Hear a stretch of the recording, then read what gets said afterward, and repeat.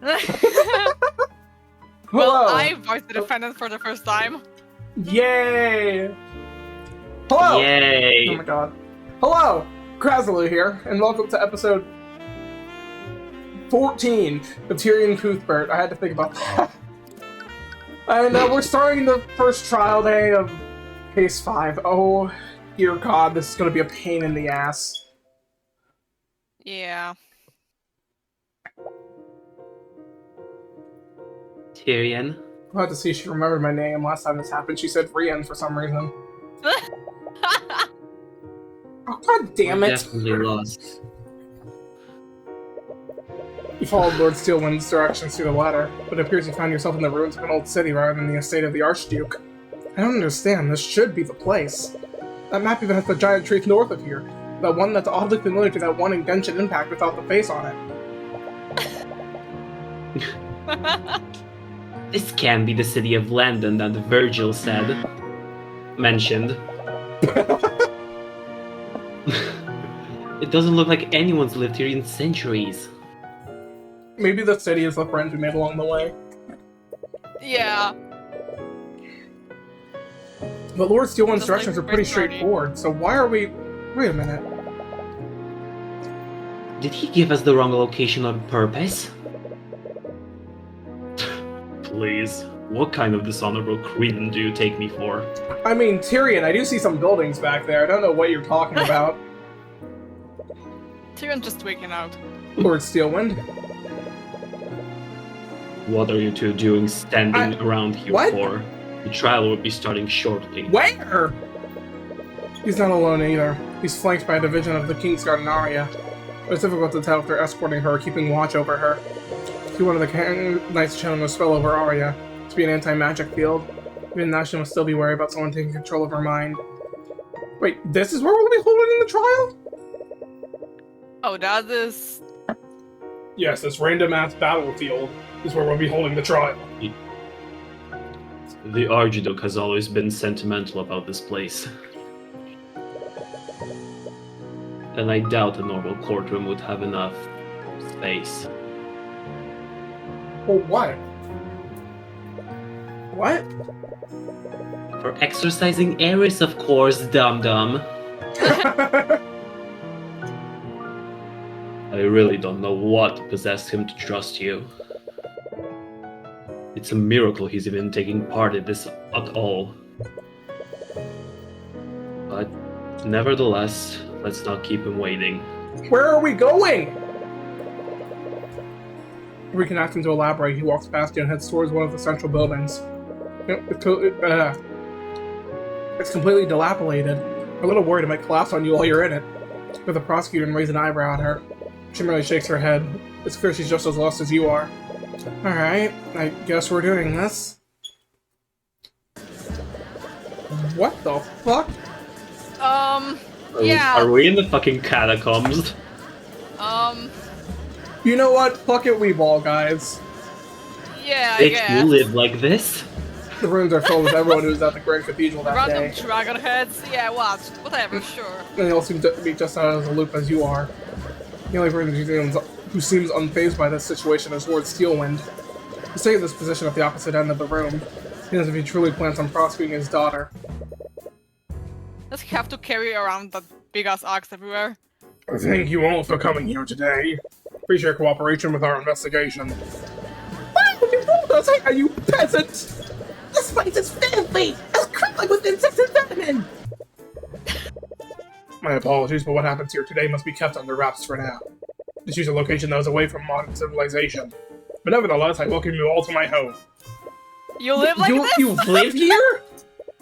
I do. It's our fucking problem, Tyrion Cuthbert. Wrong button. Did you live like this? Your Grace, I know you wouldn't bring us here unless you're completely certain. But I want to ask you one last time. Is this truly what you wish to do? There will be no going back after this. What? I've made many mistakes in my lifetime. I gave Guard the means to protect themselves, but all it did was warp them into something monstrous. I grew bitter seeing what I'd created, so I isolated myself from my people. Now my best course of action would be to stay in seclusion and leave Guard to fend for themselves. I see now what a fool I was. I abandoned my kin to survive in an unjust world. And now foreign powers are ingraining themselves in my kingdom. All because of my negligence. Foreign powers? Is he still suspected an agent of the theocracy? What's that? Well, no more. Some of the people of Guard and their enemies remember who will watch over them. As you... What the fuck's happening? As he raises his hand, magic begins to swirl around him. What's going on? The entire room is violently shaking. Whatever he's casting, it's unlike any magic you've ever seen before. A blinding light envelops him, but you can faintly see his form changing, expanding, and from it... Wait, is that... What? What the fuck? No! What? We got dragon guys and Tyrion Cuthbert? It's a dragon. What? What? Well, Kras, you gotta do a dragon voice. I can't believe I have to drag these nuts all over the fucking video. As the Archduke assumes his true form, the gallery breaks out into hysteria. Some of them kneel in reverence to the ancient dragon, and some of them cower in absolute terror. You can see some of them attempt to flee before they're stopped by the Knights of the Kingsguard. Enough! You may not be a corpse, we'll have order!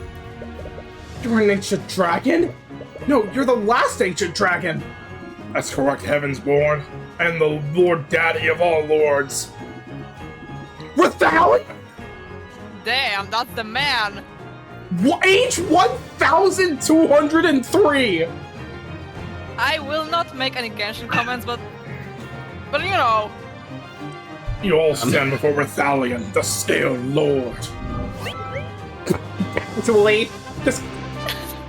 Just casually. Bravest regalia is an alias I assume when I walk amongst your kind. But make no mistake, even my human father will always have the strength of an ancient dragon. Until now, when the lords of Steelwind and the kings of Withengard have known my true identity. But I will hide no longer.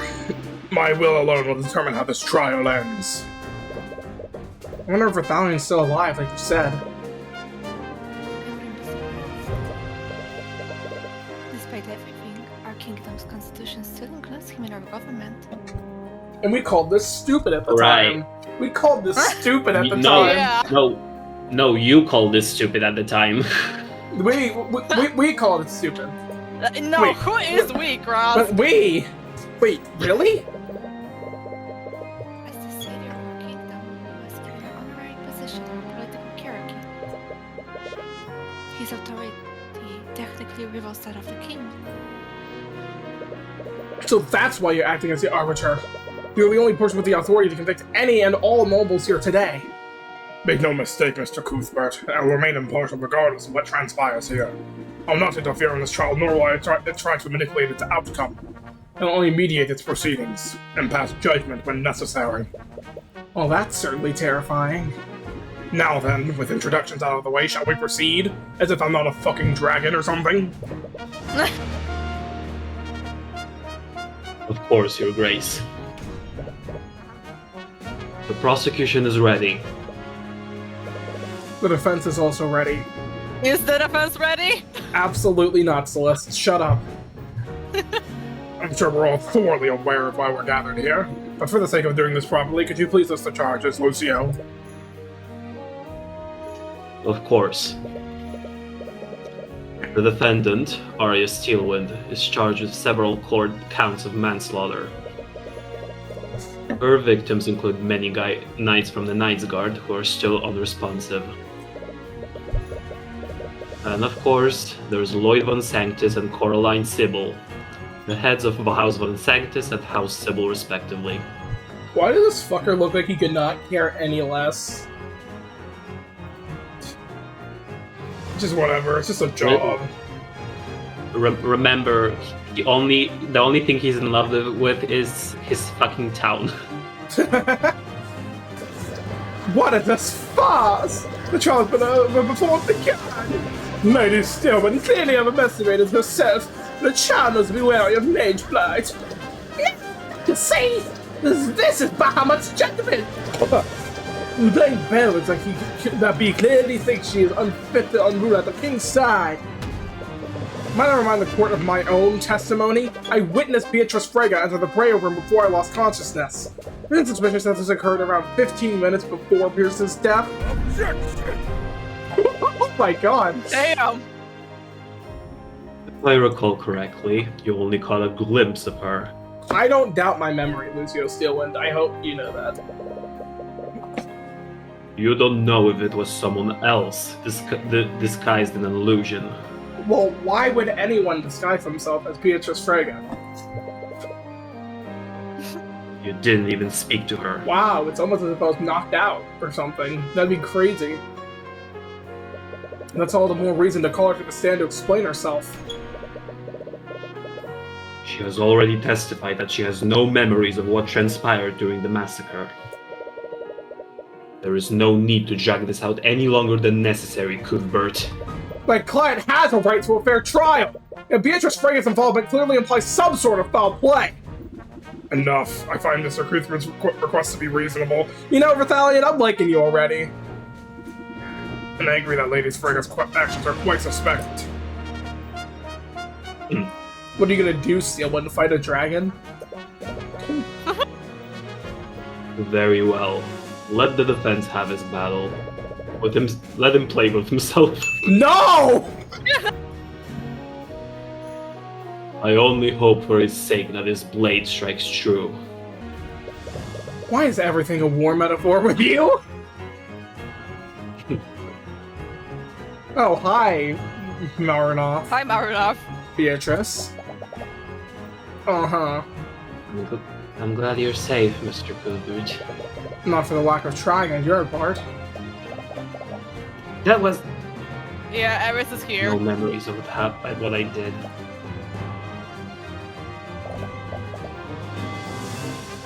If I hurt you, I am truly sorry. Are you sure, or is that what Eris wants you to say? She actually looks pretty sincere. It's not as if this is the first time she's lied to you. To be honest, I'm still a little doubtful about your memory loss. But I'm not the only one who experienced it. Arya also has no memory of what happened. How would you know? Oh, right. No, my bad. And how would you know that? Word travels around quickly in the dungeons. I swear the glitch effect just happened again. It did. Yeah, I saw it too. It did. What? Regardless, if you truly have no memories of what happened, could you testify about what you do remember? Perhaps there's a clue what we haven't discovered yet. Very well.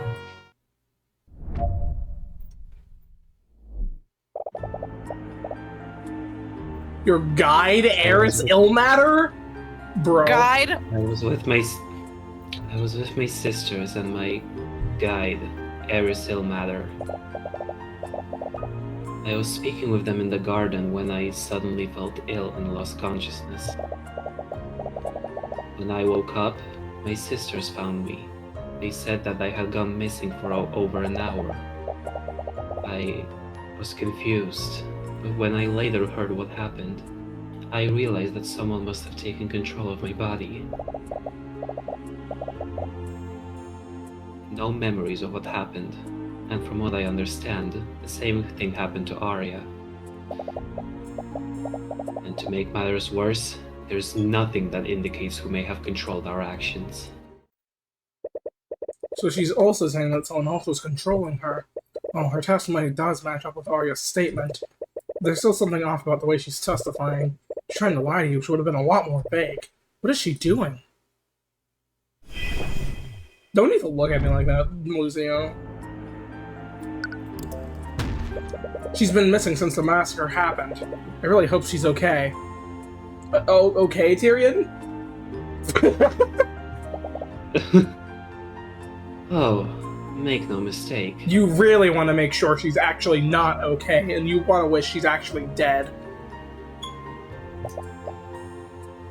She's definitely okay.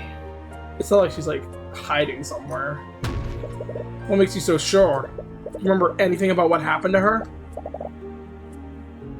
No, but it's just a feeling. Your Honor, I just have that vibe. Enough of your speculation. I just realized, should Fuji take Celeste so she has someone to voice? I Oh my wouldn't dare God. take Celeste from him. I can take like one of the sisters. Or maybe you could actually take Lucio so that we can keep the prosecutor and defense dynamics still going. Then I will be voicing both the prosecutor and the defendant, and that's not very good. I mean, I don't think Arya will be talking much in this trial. Yeah, at least for now. Actually, yeah, but let me Also, see. I feel like you're forgetting that she's a young woman and this is an old man. You can definitely differentiate their voices.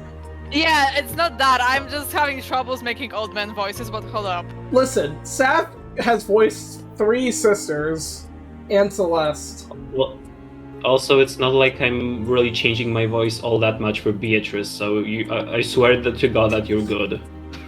Alright, okay. I guess. Enough of your speculation.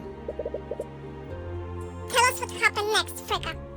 And also just lower your pitch with the editing program. I'll see how that sounds before I do that. Stop! I'll see how that sounds if I actually do No, that. stop, it's gonna be so bad. God, sorry, I'm loving this cross theme, oh my gosh. That's because Maronath is looking at us. Of course, that's why. If they were with you, shouldn't your sisters have noticed this? According to Leafy and Miriam, their pet dog was running amok in the hallways. They left the witness with Ilmater and to chase him down. And when the sisters returned to the garden, both Beatrice and Ilmater were gone. You remember anything after that? It happened again. No. I really want to remember, but I can't. She certainly looks like she's telling the truth, and I sure hope I'm not missing something extremely obvious. Just to show she's hardly trustworthy. And you have no memories of what happened. No, not at all. I can only imagine what I was forced to do while I was unconscious. Forced? What do you mean by that? So you're also saying that someone else controlled your body? Yes, it's the only explanation for why you saw me in the Plereia room. Objection! Girl, boy. Sorry, I said girl on instinct. Girl is gender neutral. You're good. Absolutely ridiculous. Arcane magic is not capable of mind control. Okay, and? You're spinning a fairy tale to absolve yourself. Okay, and? You're compelled to agree with him. So why do you feel like something's wrong? Think what you will. But please, believe me when I say, Ugh. I wanted that. Sorry.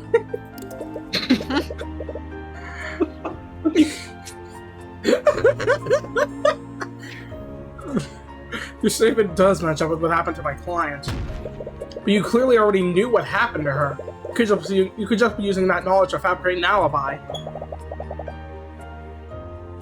I suppose I can't blame you for thinking that after what you saw. Mr. Cuthbert, I know it doesn't mean much coming from me, but I am telling the truth. You're a fake and a fraud, motherfucker. That remains to be seen. Also, wait, Yes? couldn't we technically bring up the purple mark on that statement? That's what I'm planning to do after pressing this. Why would Oh. you even bring that up? Okay. Well, If you had evidence that someone else was controlling us, it would exonerate both me and Arya. Oh, come on, Beatrice. This is case 5. It's not gonna be that easy. It'll never be that easy. Listen, it's still not too late to accuse Celeste. Oh, I actually missed what that said. Did anyone catch what that said? Scenario, wouldn't it? No. I looked away. Fuji, did you? I'm gonna guess no. Considering she immediately muted. She's getting pissed. What? Nothing. Nothing. Wait, what? You need something from me? Yeah, we were wondering if you saw what that line just said. Yeah, no, I didn't. Fucking hand. For fuck's sake. Ares, stop backseating. She looks extremely frustrated for some reason that I just could not ever figure out on my own. I really wish I could just figure out why she's so frustrated. It's really frustrating how I just don't know. Oh, she said, "Think, Mr. Cuthbert, isn't there anything?" then got cut off. Oh. She's trying to help us, but she can't. The way she's testifying is a little bit strange. She immediately concluded someone else had taken control of her. Why would you bring that up? What happened? What? Why would she bring up what happened to Arya? I guess Celeste isn't here, guys.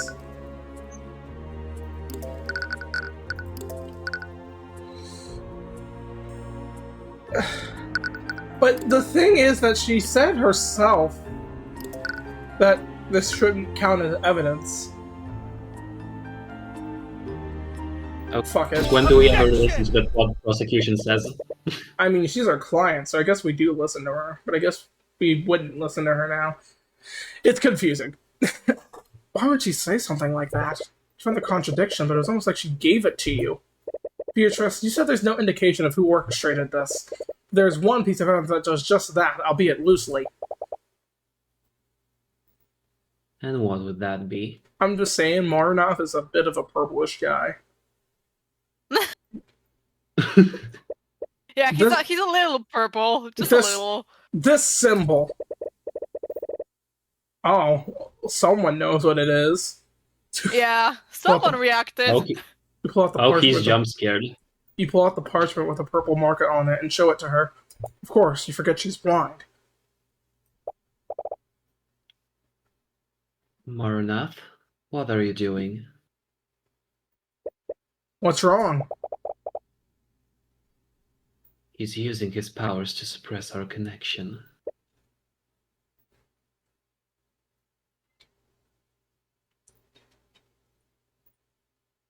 Fuji? Jingle, jingle. Magic.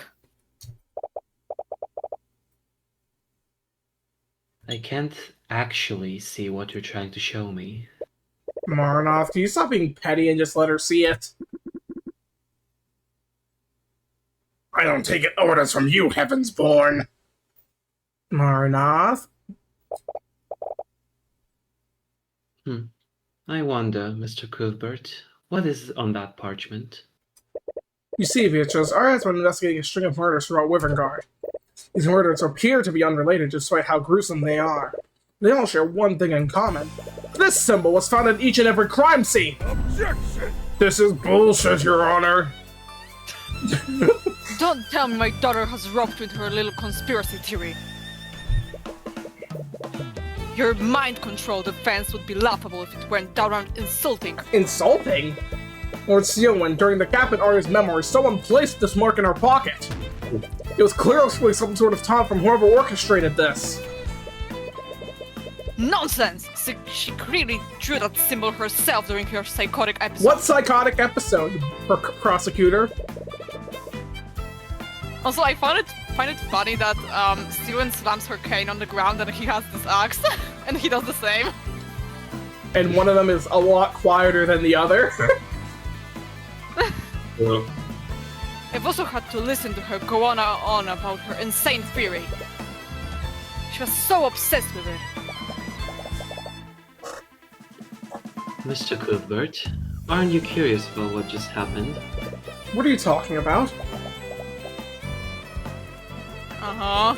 She's really My trying to apologies. help! Jesus! I don't know why I said that. For fuck's sake, Aeris, can you fuck off? Yeah. Everything Needs to okay, stop. Beatrice? If someone take away her backseating privileges, someone ban her. Yes, I'm perfectly fine. Anyways, it looks like you have to figure the rest out on your own. Figure out the rest on my own? What do you mean by that? There's nothing to figure out. Your Grace, these two are making a mockery of us by spawning these insane theories. The defense clearly has no case, and this at once. Sorry, what was that? I was having that quick nap. He's being Giga Chad. Considering what I know, I'd like to indulge this theory. What? Bitch, quit clenching your fists. The judge is finally giving you a chance for once. That's a first. Shouldn't waste this opportunity. You've actually been noticing it for quite a while. Beatrice has been acting strange since the trial began. It's suspicious, but not in the way that seems to implicate her. It's almost like she's intentionally trying to make you realize something. Tyrion, you have a brain! Oh my god! Why don't you pull on this thread a little more? She just asked you if you were curious about what just happened. You're not sure why she stopped herself and you asked for elaboration. Probably because she didn't actually stop herself. Whatever she's trying to draw your attention to must be significant. Beatrice, would you look up?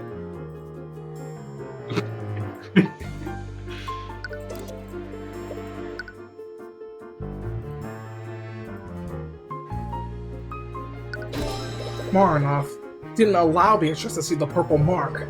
He only did that if Beatrice would recognize it normally. Marinoff is her familiar and he used to follow her orders. Things have clearly changed now that she belongs to the Empress of Discord. So why would a demon like Marinoff interfere like this?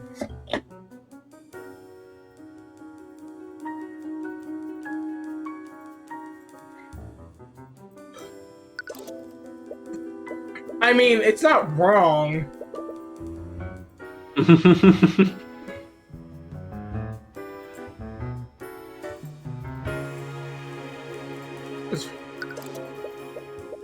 Wait, is the purple mark is related to a demon? Or... The purple mark must be related to a demon somehow. That's the only explanation as to why he would prevent her from seeing the mark. But Arya has been investigating the murders throughout Wyvern Guard. Does it mean that her investigation also has something to do with the demon? Arya suspected that each of the murderers was acting against their will. Now Arya and Beatrice are also claiming they were controlled.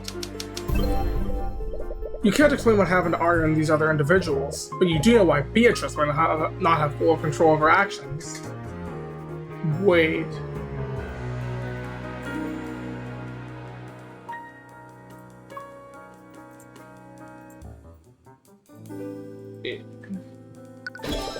Recall what was written on Beatrice's contract during her trial.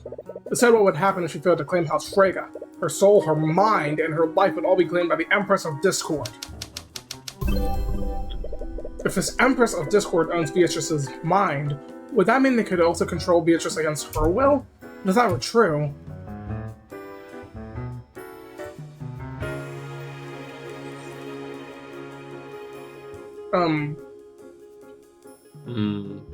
Which promised vengeance?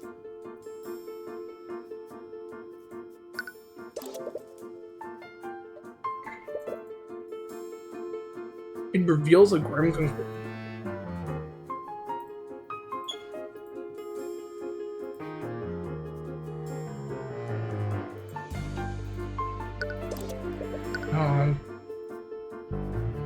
Wait. I'm confused. I'm a little confused. Wait, Arya lost control of her mind.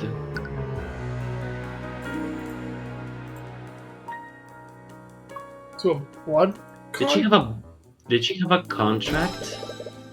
No. Oh. That can't be right, can it? Did Arya seriously sign with a blood contract with a demon? Why would she ever do that? That's the only conclusion that makes sense. I can't think of any other way someone could have controlled her against her will. There is one way to find out for certain. The Divine Edict, the same ability used against Beatrice during her trial. It was instinctual at the time, but you have some understanding of how it works now. It creates a copy of the blood track between a contract holder and the demon who created it. For it to work, you need to know the name of the contract holder. In addition to that, you need the name of the demon who created the contract. Which demon? How the fuck am I meant to know? Yeah? Right now you're Is only he aware relying on that Eris is a guesswork. demon or not yet? But going off of what you know, the demon who made the contract must be Eugene Eugene. Harold! the Empress of Discord 2? The so-called wait, what? So Ares has a contract with both Steelwind, Arya Steelwind, and What the fuck? Beatrice Freyga? No, yeah, actually. Arya, why? The Wait, isn't so-called Eris Beatrice's is contract collecting with those Marinov? the so-called Empress of Discord. No, the Marinov belongs to Eris, so technically. Oh, okay. She was mentioned in Beatrice's blood contract, but you still have no idea who or what she is. However, she was mentioned in a blood contract created by Marinov. She must be his superior in some way. That might explain why Marinov doesn't want Beatrice to identify the purple mark. I'm not sure if a pseudonym is enough, but it's the closest thing you can get with what you know so far. You've been awfully quiet for a while, Mr. Cuthbert. What are you thinking about? Oh my god, and he's reasonable? Jesus Christ, W Judge. W Dragon. He's probably imagining new ways to utilize this style for time. I think I finally figured out why the witness and the defendant can't remember anything. And also explain why they didn't have control of their actions. Objection! Again with this. If you're so convinced of my daughter's conspiracy, then why don't you prove it? I knew it. I said one letter, man! Let me finish. Even you don't believe in the nonsense you're spouting. Lord Steelwind, I want to be wrong about this. If I'm right, the implications don't bode well for anyone involved. So instead of telling you, I think it'd be better to show you. Empress of Discord, wherever you may hide. Beatrice is so happy. God fucking damn it, man. I knew it could do it. By the Eye of Horus, I issue upon you a divine edict. Release thy guards and manifest your blood contract with Arya Steelwind! Oh.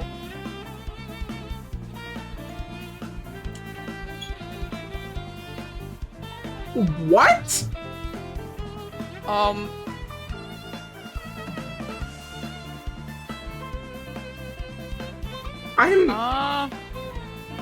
Oh god. Maybe Eris made her sign it while she was controlling her or something? Hold on a second. For the intentions of this contract, the person who hands the contract to Arya Steelwind will be referred to as the patron. By signing this contract, Arya Steelwind surrenders her mind, body, and soul to the patron. The patron. No, I'm not stating that yet. That would be insane. Say it. No. No. This can't be true. Bro! This is... He's so mad. Where's his axe? Honestly, it's shit. Oh, there it is.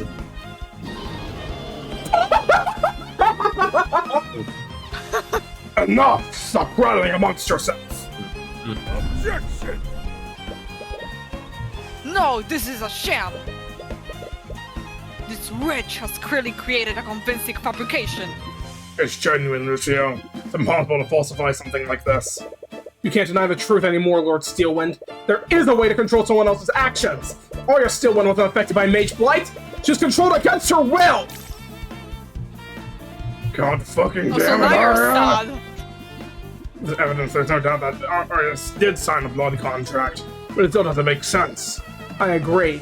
Even if Arya was the type of person to sign a contract with a demon, there's a single part of this contract that benefits her.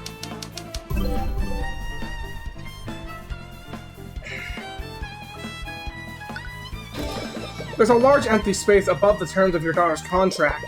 When I issue a divine edict, it creates a copy of the blood contract that I call for. I think whenever she was given this contract, it probably looked something entirely different. Something else was written in this empty space to make it look like a normal legal document, which means that client was not in control of her actions that day. Objection! But who would she sign a Enough of this, all of you. Who would she trust enough to sign a document from? No idea. No, maybe. Wait, hold on. Yeah, no, I'm bullshitting. No. Doesn't matter. He's against this.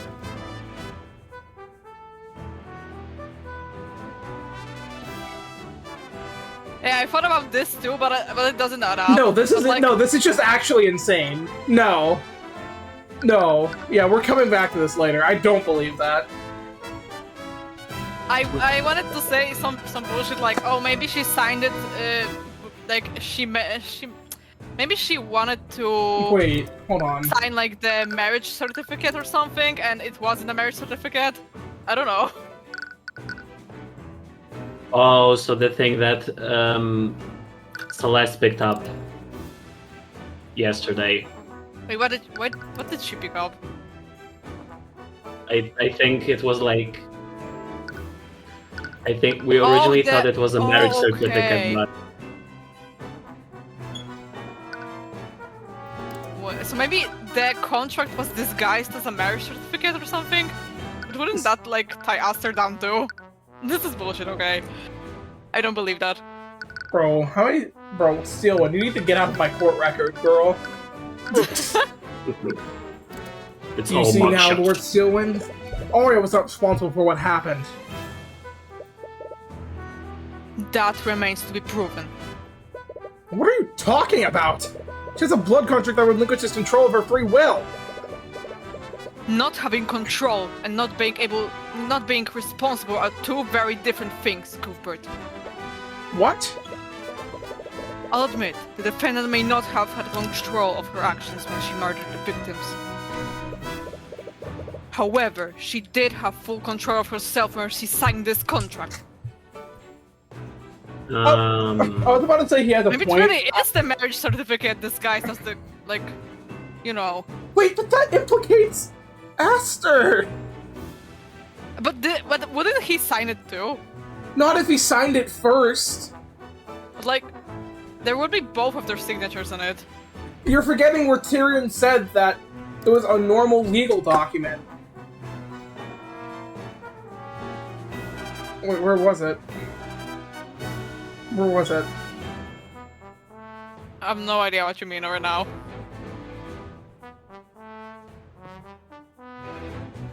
Yeah, read this.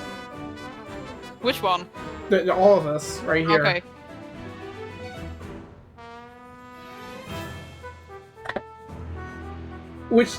What I see Oh this... yeah, I'm right. This was the marriage certificate. It had to be. Especially since he was acting normal before then.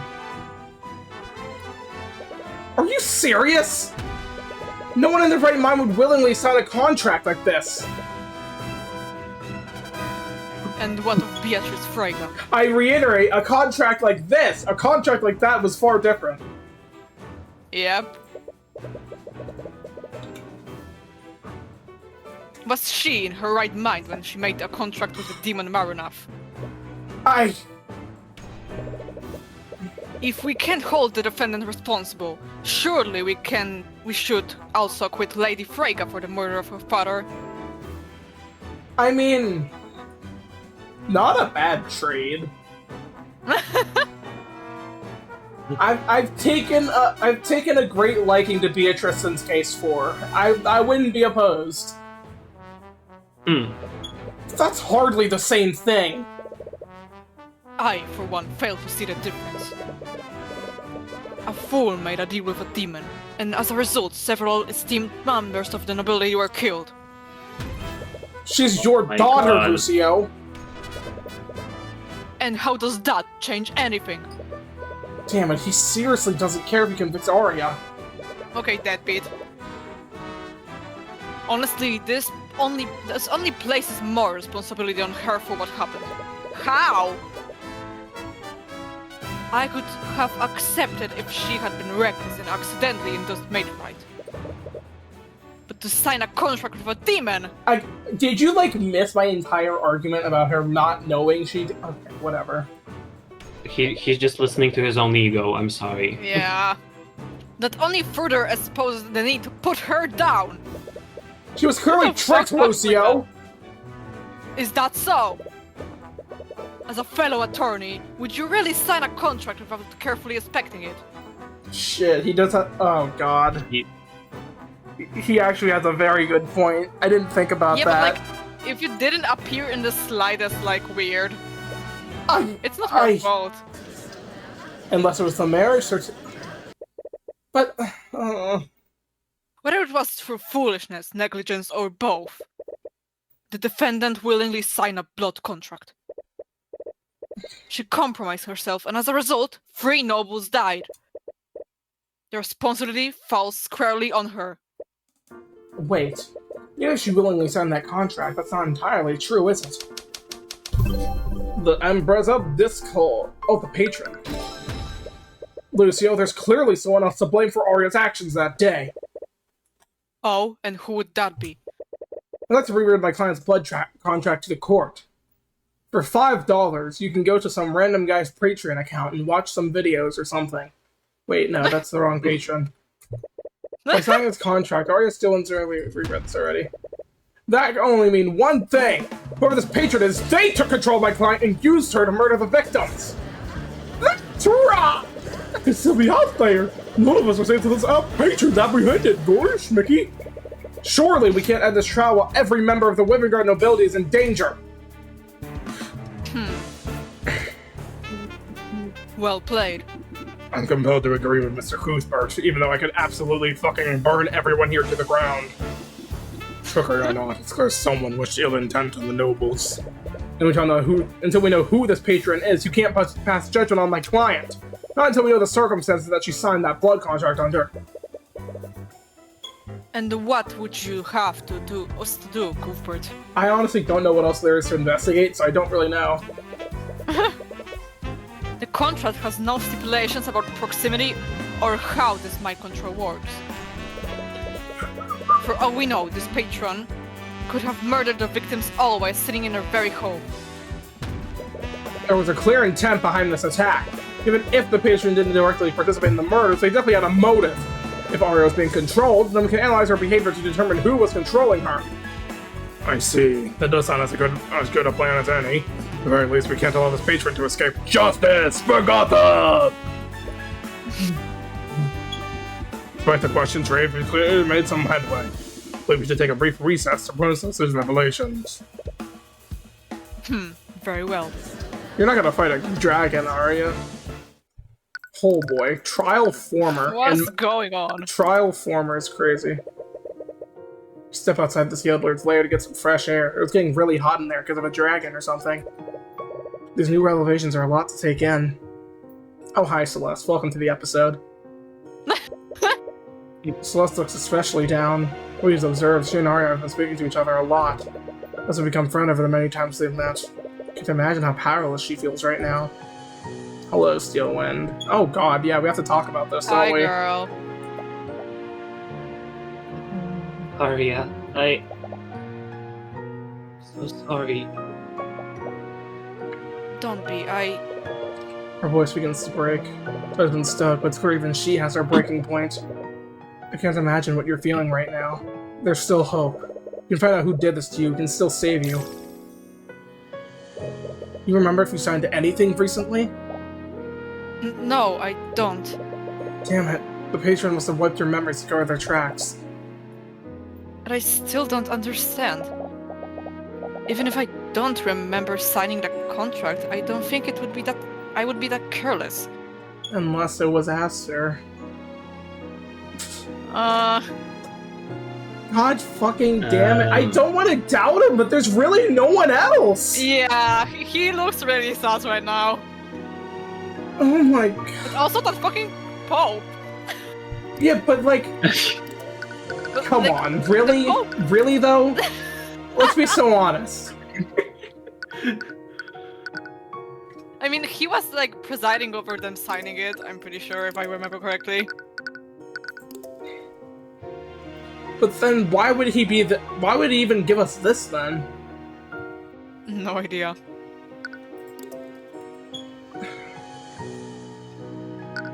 God fucking damn it.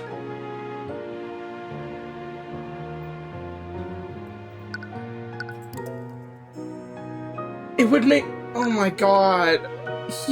Okay, who set up the trap then? If he was a part of this whole We thing. don't have his spell compendium. He could have done it. He could have done it to himself. Wait, we don't have his spell compendium? I don't believe so. We only have the spell compendium of the victims in Aria.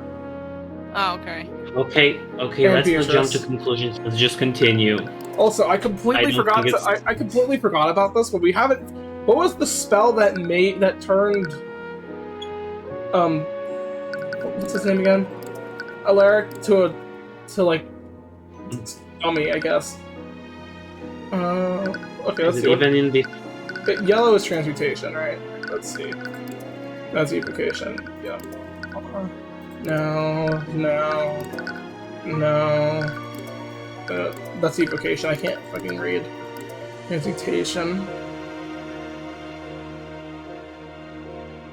Wait. Oh my god. What? Did they turn it into a frog? Like the kid? Yeah.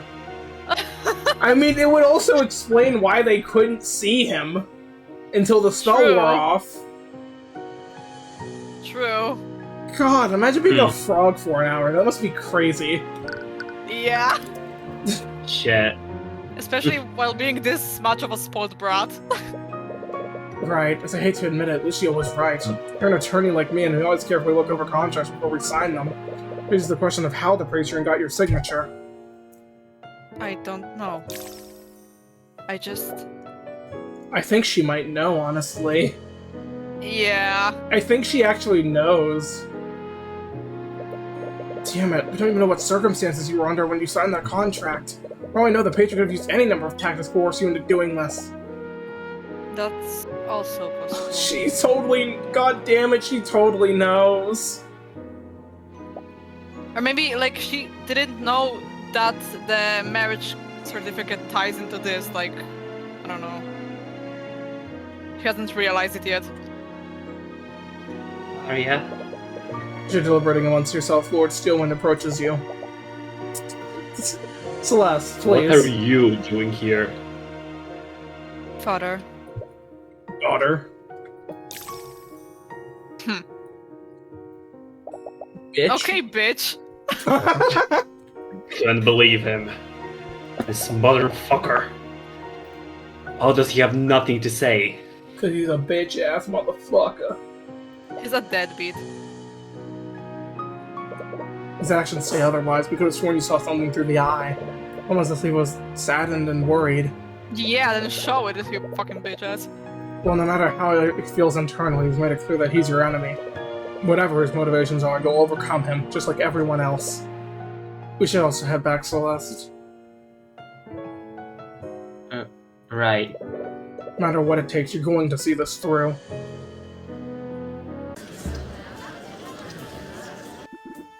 Call is now resumed. Shall we pick up where we left off? How would you like to proceed? I think we should review what we do know about the murders. We do have a plethora of Oh witnesses to work god, with. we do, I remembered. That's correct. So let's start... Let's do this one last time. My name is Tyrion Cuthbert, and I'm an attorney of the Arcane. It all began at noon yesterday. I was at my house in Rathelholm with Arya and my bodyguard, Celeste. I was speaking with them when a courier suddenly delivered a letter to my home. It was from Gayrick Pierce. He wanted to meet with me and Celeste at the Grand Cathedral of the Scaled Ward at 2 p.m. To make sure we were on time, I arrived at the at 1 p.m. At the time, we didn't know that Cathedral was closed to the public. But the knights guarding the cathedral allowed us through anyways. Apparently they were expecting us. That should not have been possible. Due to the solemnity of the situation, we were very particular about who was permitted to enter the cathedral. Possible someone pulled some strings to let us through. Or you two entered the cathedral illegally. Or you need to shut the fuck up. Well, I'm sure that knight from the Kingsguard can vouch for us. I know about every order given to the Kingsguard. And none of them were told to let you two through. Well, it's not my fucking problem, man. Calm the fuck down. Possible the night we met fell comatose like the others. As long as they're unresponsive, we'll never know. Perhaps we should continue. Anyways, we arrived at the church and spent the next hour sightseeing before we went to meet Pierce. In that time, we met with Remus, Lucio, Arya, Aster, and Alaric. And around that time, Arya and Aster left together to meet with the High Speaker in his quarters. While exploring the cathedral, we spoke with Von Sanctus and Sybil. Then we spoke with the three Frege sisters and Eris Ilmater. Eris Ilmater? She's a friend of Beatrice Frege. The Kingsguard wouldn't let her bring her familiar to the cathedral, but she brought Eris to guard her instead. Anyways, we left the garden around 1:45 p.m. to meet with Pierce in the prayer room. And around at the same time, Arya left her meeting with the High Speaker and felt nauseous. Last thing she remembers is looking at Lake Galakrond. A likely story. Regardless, at 2 p.m., Aster went to pay respect to his father's body. Unbeknownst to him, a mage had placed a glyph of contingency in front of his father's coffin! It was set to trap him within a forced cage. What a despicable act. Considering what followed, the attack on His Majesty must have been a diversion. Right. It was also at this time that both Beatrice and Eris went missing. So the timing of it all, someone must have taken control of Beatrice's body after the trap on Aster was sprung. And you are saying this patron controlled her as well? No, I don't think so. According to her contract, her mind belongs to the Empress of Discord, not the patron. Furthermore, Arya's blood contract was created by the Empress. Clear that the patron and the Empress were in league with each other.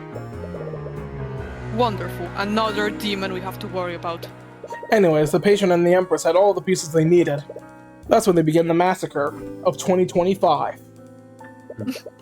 The patron, a man behind the slaughter. We don't really care about this guy. Shortly after, Prince Alaric spotted smoke from the fire and asked Arya what was going on. Arya responded by using an unknown transmutation spell to incapacitate him. To think they would use her to attack the prince as well. Luckily, the effects of that spell are only temporary, and Alaric came out unharmed. After this, the patron used Arya to murder Sybil at 2:15. She brought Sybil's body to the westward balcony where she dumped it into Lake Galakrond. High Speaker Arceus witnessed this, but he wasn't aware of what she'd thrown off the balcony until much later.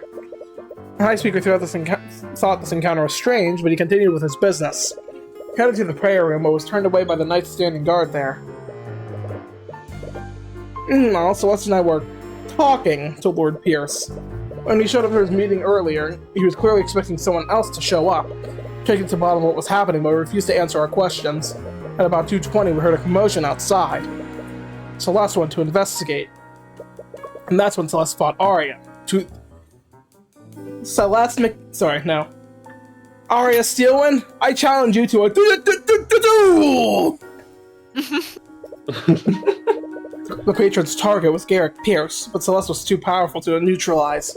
Probably with each other for about 20 minutes, Tyrion. Sorry, for about 20 minutes before Arya was finally able to push past her.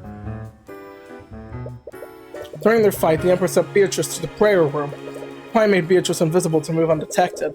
She then used her to cast a sleep spell on Pierce and me to knock us out. I remember checking the time close to when this happened. It must have happened at 2:30 p.m.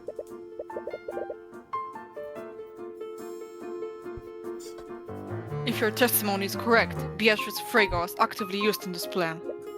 Yes, and considering how quickly the massacre unfolded, the Empress must have coordinated with the patron. Probably planned how they would use Beatrice and Arya to carry out the murders. Anyways, after Beatrice knocked us out, Arya finally pushed past Celeste and entered the prayer room. And before Celeste could chase after her, she had already murdered Pierce.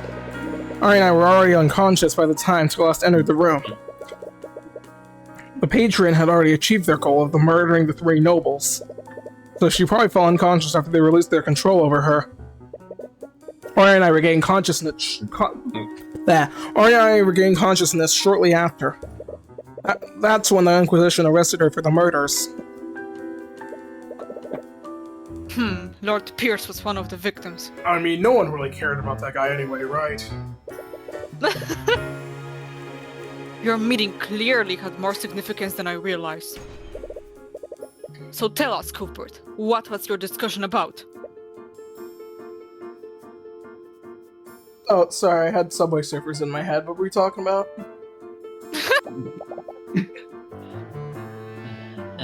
It's fine. You can tell them. And stop thinking about Subway Surfers for fucking... God damn it. What? We're gonna talk about your... Are we gonna talk about what you said earlier, then? Yeah, that's Touché. Alright, as long as it's okay with you. The past few months, Celeste and I have been investigating who our birth parents are. I recall receiving many complaints about her during the Lord's Ball. Celeste, you goober. You goofy girl! Honestly, me. Supposedly, Garrett Pierce... Celeste is that one meme with a woman with a pineapple on her head. Oh my gosh, she's so crazy, can't take her anywhere. Supposedly, Garrett Pierce had the information we were seeking. That letter he sent us said he wanted to trade this information for his freedom. I assumed this meant he wanted me to be his attorney of the Arcane. Do you honestly expect us to believe that? Why would he ask for help from the attorney who indicted him in the first place? We thought the same thing, and when we arrived for the meeting, it was clear I wasn't the intended recipient.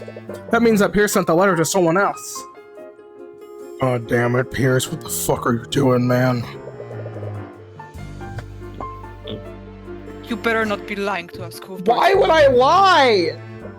Frankly, I don't much care if you believe me. Regardless, if we examine every action Arya took, we can build a psychological profile of the patron.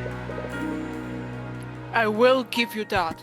No offense, Lucio, but I do make the decisions around here, so you don't decide that.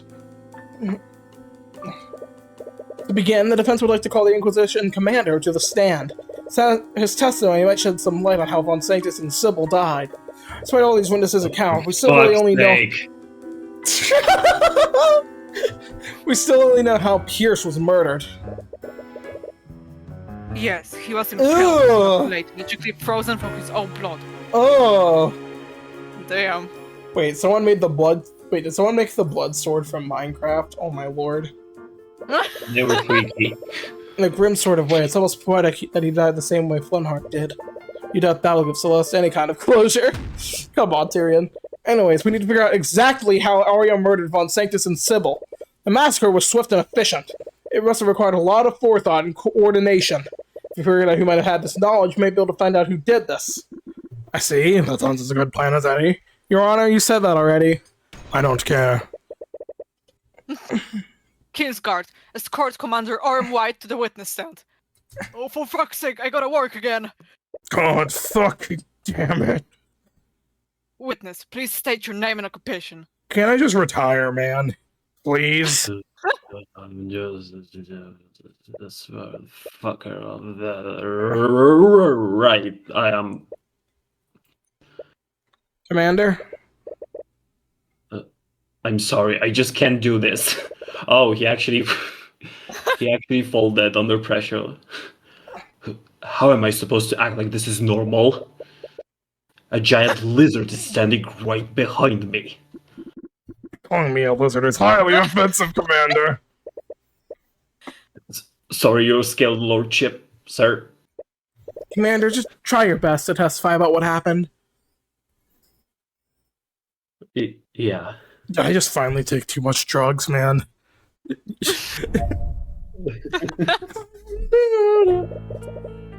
Oh, sorry. Oh, my lord.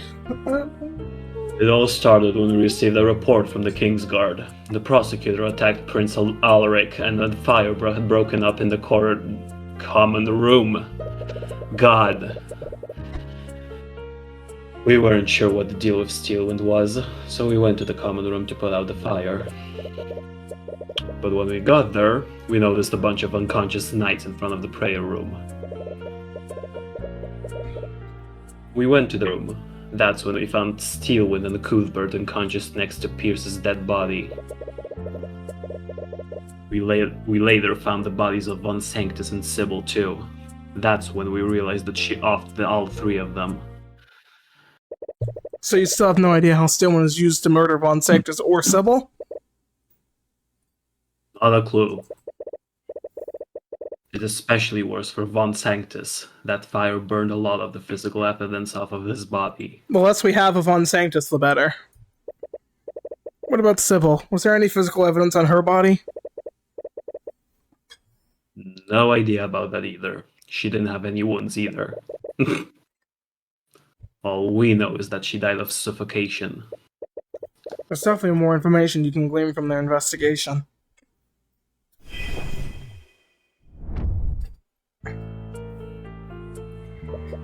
And this is mainly based on Prince Alaric's testimony. Am I correct? Yeah, we still have no idea which transmutation spell she hit him with. Judging from the time of the Call child to report... the stand. Oh my lord. This must have been well after all three of the murders occurred. Yep, it was unfortunate how it played out. If Steelwind really was controlled, whoever controlled her knew how to get the job done quickly. That leaves the question of how they did this so efficiently. Was that wise? Regardless of who it was, someone assaulted the Prince of Wivengard. We were already dealing with a king who was trapped in that forced cage. Honestly, a lot happened in that hour. And most of our attention was focused on keeping the royal family safe. You can already conclude that the attack on the king was a distraction. Whoever orchestrated this must have known we'd focus our attention on keeping the royal family safe. I suppose that makes sense. And the casualties still include many knights from the King's Guard, who had to spread their forces thin to protect everyone else and handle the fire in the common room. What did you do when you arrived at the common room, Commander? You see, I'm trying to desperately find a reason why it can't be Aster, but he's still fitting everything they're saying. Yeah. God. I mean, it may be the Pope. We can call it. It's not the fucking Pope, let's be so honest. Did you see Arya or Celeste? Nope. We only saw the aftermath of their fight. Like a big crater you'd see in Dragon Ball. Oh. There were marks and craters everywhere in that hole. I think I heard It's like they were trying. It's like they were trying to recreate the surface of the moon. I think I heard a Kamehameha on my way over or something. Pierce's time of death was 2:35 p.m. And the knights didn't arrive at the common room until 3:10 p.m. They didn't arrive at the prayer room until after the battle had taken place. Wait, wouldn't that mean you were in the room with Bruce's body for 25 minutes? Why didn't you look for help? You weren't waking up for some reason, so I kept channeling my healing magic into you. Yo, Tyrion? Tyrion? She's a keeper. Yeah. Looking back, I probably should have just asked for help. Saf, quit crying. It wasn't that big of a deal. It's just so beautiful couple, man! But even if Arya wasn't conscious, I didn't want to leave you alone in that room with her. Then just fucking take me with you, you're strong enough. Right, sorry. Calling that moment is clearly taking a toll on her mind. Should be more careful. And mention it like 15 more times today. Yeah. Judging from the time of the meeting, this would have been several minutes after he'd already died. Yeah, and we had no idea what was going on. Pierce was already dead, and you and Steelwind were unresponsive. I can see why I'd be unresponsive. I was with a spell specifically designed to make people sleep. But why would Arya be unresponsive too? We have no idea. We've never even heard of demonic possession until today. For all we know, it could have all been a side effect of being controlled for over an hour. You suppose that makes sense? Could the common thread truly be a mere coincidence? We laid the child in the bodies. That last statement was a little vague. No one's. Could you elaborate more on Sybil's murder? Was there any evidence in... Was there any evidence that... Oh my god! Was there any evidence that implied how she died? Using our divination magic, we know she died of suffocation. Well, why can none of us speak today? But we're not exactly sure how. Not like Von Sanctus. Today's episode has been sponsored by the Tower of Babel. Oh my god. But today, unlike Von Sanctus, Sybil's body wasn't burned. Couldn't have been wounds around her neck if she was suffocated? Well, we found traces of necromancy on Sybil. We think that Steelwind cast mend wounds on her body after she offed her. After her? This would have removed any wounds on the body. It's exactly like what happened with Catherine Bellwether. Yep. The only wounds she has are from the impact of falling into Lake Galakrond. Anyways, please add this to your testimony, Commander White. Sure. Whatever you say, kid.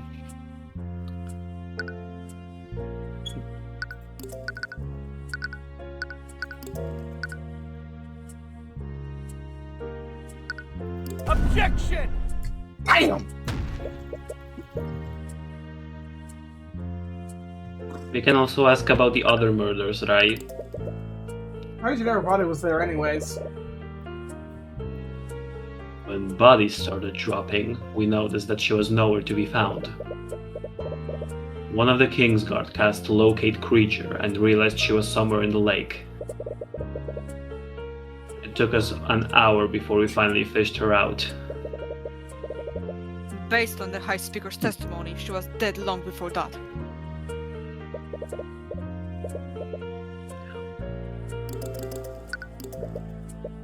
Oh, what?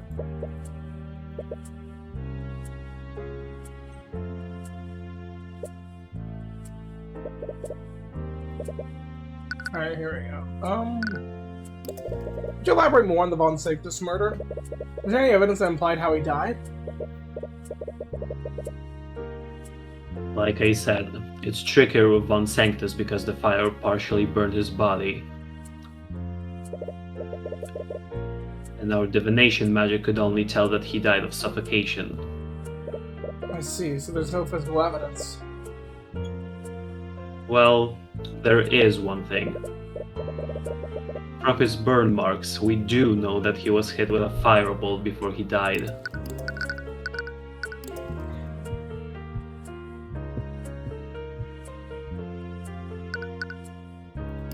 Don't tell me. God Yep. damn it. Let me just make sure, though.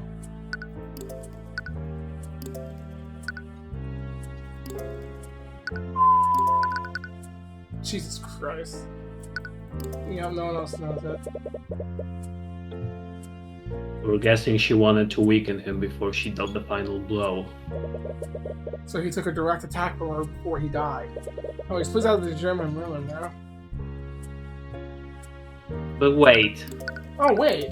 Force Cage. Objection! Yeah. That's strange. What is it now? Commander White, you said that Steelwind attacked Von Sanctus with a firebolt before she suffocated him. Yeah. She probably wanted to injure him so he'd be easier to subdue. But that's what I find strange. Von Sanctus knew he was under attack. So wouldn't he cast a Force Cage to repel her? Guess that's true. Von Sanctus was hardly a warrior, Cuthbert. Force Cage is an extremely useful spell, but it has to be aimed. He was hit with a firebolt and he must have been in immense pain. I doubt he'd be able to think clearly under those circumstances. I normally agree with you, but the crime scene tells another story. What do you mean, Mr. Cuthbert? Do we have that as evidence? If we do, I did not know that. This. When we investigated the crime scene, we found traces of abjuration magic that formed a perfect square around the body. I'm sure if we measured the dimensions of that square, it would be 10 by 10. Which is the same length and width of the cube created by the Force Cage. Like you said, he was in no shame to aim it. So he cast Force Cage on himself to create a makeshift barrier. Nonsense! If Von Sanctus had cast Force Cage on himself, he should have been protected from further harm. The defendant wouldn't have been able to suffocate him after that. Unless he was a telling dumbass. you. Wait. He was cooked. He was cooked in the fucking cage. Perhaps there's some way to Oh my bypass Force Cage. And once again, your ignorance of the arcane arts is made apparent. Force Cage is one of the most powerful abjuration spells in existence. It can't be dispelled, and no one could teleport into it or out. Right, Aster was also trapped in a Force Cage, and he had to wait for an hour duration to elapse. Bleh. So how did Sylvan suffocate him? Wait, the Force Cage is a perfectly closed space. Is it possible that he ran out of air? That would be a glaring weakness.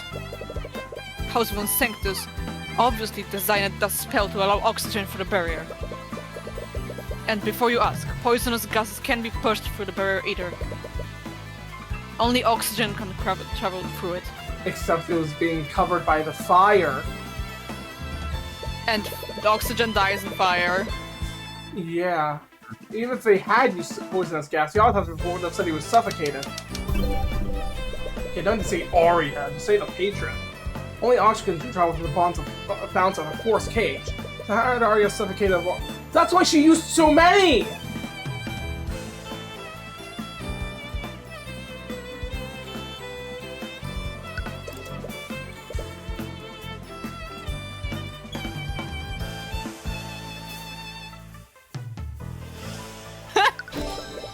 Force Cage is specifically designed to allow oxygen through its barrier.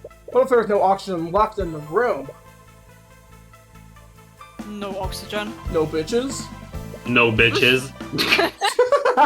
Ah, I see. There's the fire in the common room. Patron knew Arya couldn't harm Vegas once he was in that Force Cage, so she started a fire to eat all the oxygen within the room. Okay, I'm not saying I like it, but it was pretty smart. I can't lie. Yeah. What should have protected him ended up killing him. The ability to dispel it ended up sealing his fate. So he wasn't necessarily cooked alive, Sap. He more of just killed himself, I guess. Unknowingly. He played himself. He played with himself. Oh my god. Well, I suppose that explains how the defendant murdered Von Sanctus. But with that in mind, a lot of this plan sounds like it was improvised in the moment. Just like the murder of Pierce. And not only that, we assume that the patron used the same method to kill both Lord Von Sanctus and Lady Sybil. But I thought Lady Sybil died under the same circumstances. Correct. There was only one fire. And if Sybil was in that Force Cage, the defendant wouldn't have been able to throw her body into the lake Galgrond. Pick up the cage and throw it into the lake.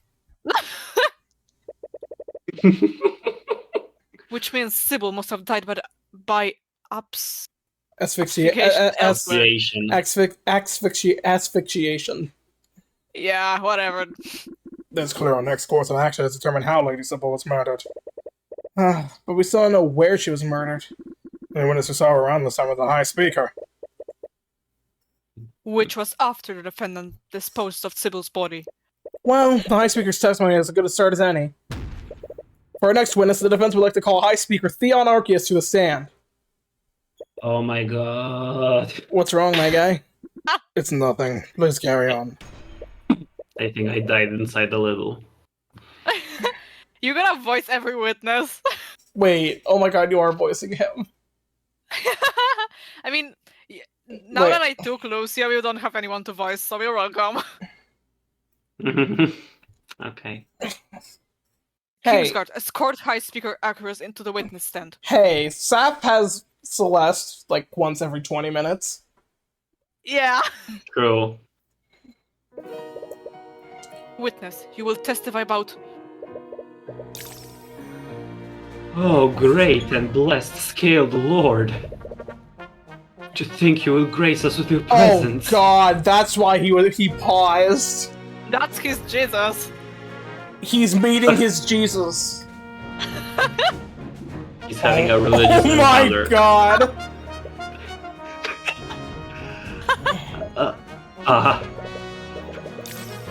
Forgive me, Lord of Rathalion. I spoke out of turn. You must think I'm an arrogant fool. Wow, looks like the witness is schmoozing the judge for once. How many times do I have to tell you people that I'm not a god? I'm only a dragon with godlike abilities. That is not Yes, a god. I revere and serve the god of dragons, but I'm not Bahamut's avatar. But you're the scaled lord. I'm just a dragon. I'm not even a powerful one. I'm not a deity. This humility. That's exactly what Bahamut's avatar would say. Shut the fuck up! I swear to Bahamut. He even swears by the god's name. Lucio, My please God. handle this. Perhaps another approach is warranted. High Speaker Arceus, the great and powerful Rathalion calls upon you today. We require your... My blood! You require my blood. Of course, I will gladly give my life for the scaled lord. What? No! Of course, my blood could never be enough. Would you just let me... I will do as you wish, my lord. It might take some time, though. I'll need some time to gather some followers and... Order! Oh my god, we just want your testimony! Just tell us what you saw when Miss Steelman was at the westward balcony yesterday. Oh, I see. If that's what you truly wish, my lord. Are we just going to ignore how ready he wants to kill the customer?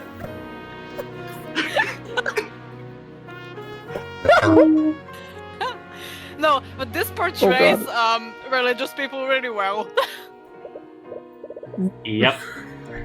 Be quiet. We just got him to calm down. Jesus fucking... Sorry, Baha fucking mutt. I was doing some paperwork in my quarters when I suppose I lost the track of time. My alarm went off and... Right, sorry, I thought that was the end of the statement.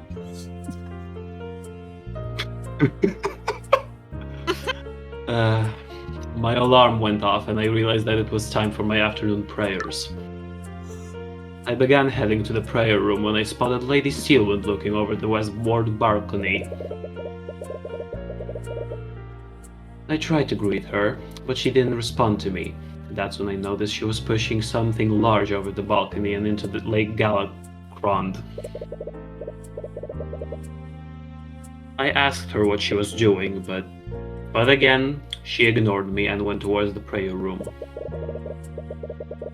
I thought nothing of it and made my way there as well.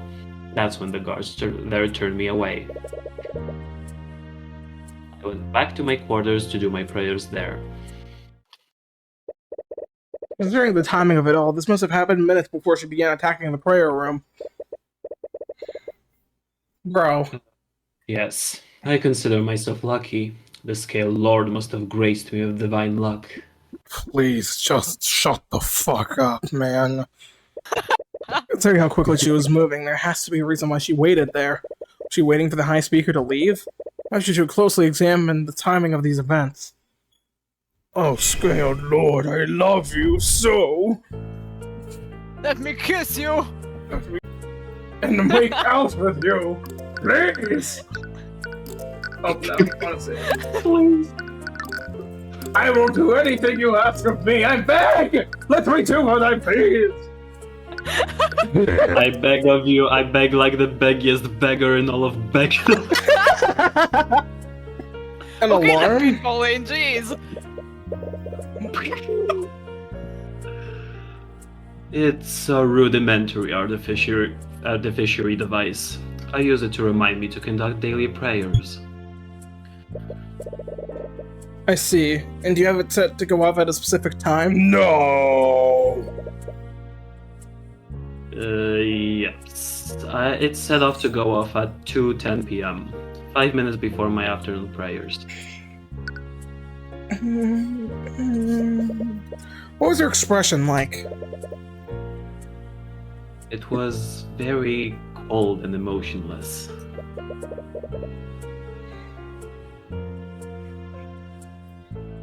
The patron must have had control of her when this happened. Yes, that certainly makes the most sense. Right. What time did this happen? It was shortly after my alarm went off. It would definitely be before 2:15 p.m. And that must have been Sybil's body. I suppose so.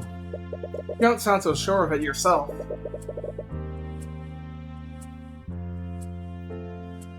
It's just that I recall Lady Sybil's garb to be much brighter. Oh yeah, he told us something like this yesterday. I'm just actually thinking about this now. What if it was Eris? Yeah, Empress is everywhere at this point. No, I mean the one that was thrown off. What? Like, so where's Sybil? I mean, they found her body, but like, I know it doesn't make much sense, but that would It doesn't be an make explanation. sense at all. Maybe they swapped bodies last second. But like, then where is Sybil if that was Eris? Or more like, where's Eris if that was Sybil? She just fucking stalling somewhere. She can be anywhere. She pulled off a Cruella and Gigi just saved herself before falling into the lake. Meanwhile, the thing I saw Lady Steelwind throw over the balcony was much darker. It looked like my pubes. Ew. No, I said pubes, not P-U.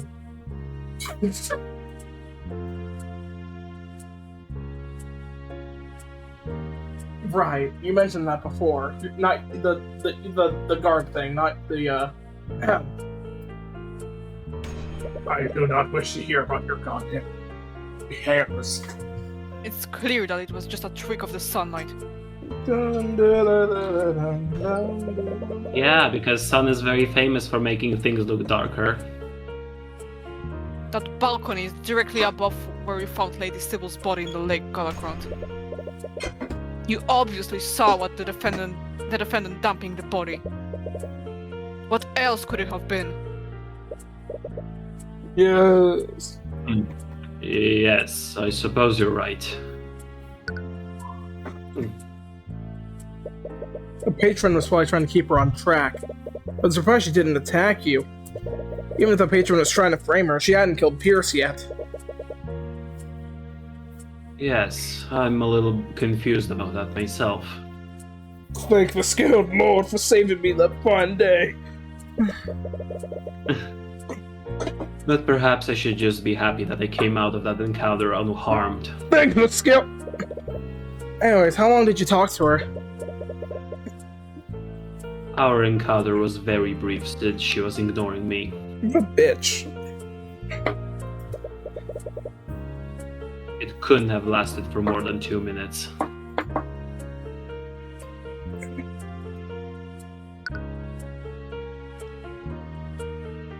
Okay.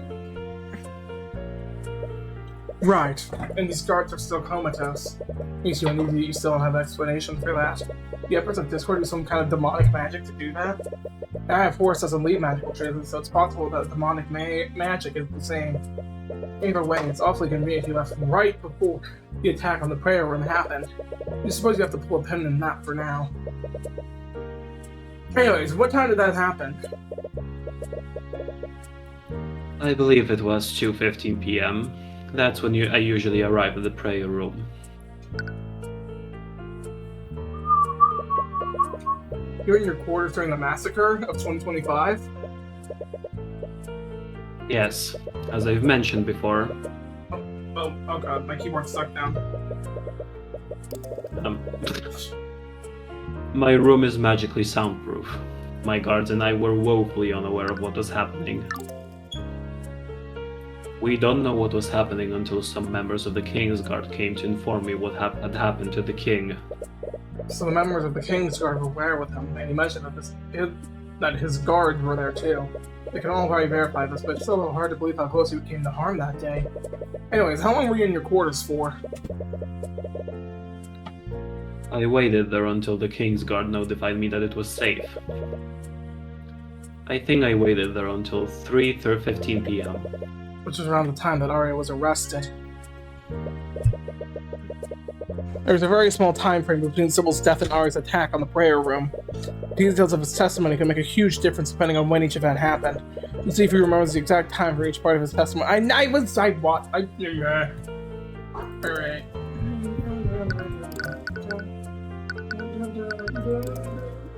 Wait a second. Whoa. What? Died at 2:18? Objection! What?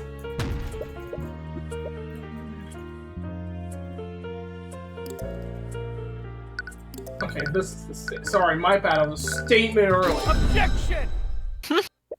Wait, what? Is something wrong? There is, but I'm not really sure what it means. Stop slummering and say what you want to say. Hi, speaker. You said you saw Arya dumping something over the ledge of the balcony. There's no need to be vague, Cuthbert. It's clear from the evidence that he saw my daughter dumping Lady Sybil's body. That's the thing, Lord Steele, when it couldn't have been Sybil's body. What are you talking about? The location from the balcony to where we found Sybil's body lines up perfectly. That may be, but the witness just said he saw Arya dumping the body before 2:15. Wait. You see it too, don't you, Lucio? How did Arya dump Coraline Sybil's body into Lake Galacron before 2:15 if her time of death was 2:18? I see. Actually, Eris. No fucking way. What? What? Don't seem peculiar. But we know the defendant threw Sybil's body from the balcony. Do we? But knowing this, do we now? Do we Yeah, really she know was that? in the water, but maybe they didn't throw her, they just put her here. There would be no other explanation for it how it ended up there. Yes, that's also true. If you're still alive and Arya threw her off in the balcony, she could have been knocked unconscious with a sleep spell.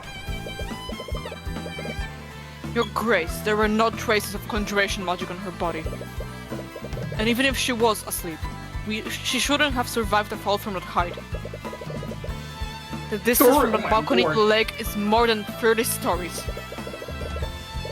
And the autopsy report says that the cause of death was suffocation, not blunt force. Right.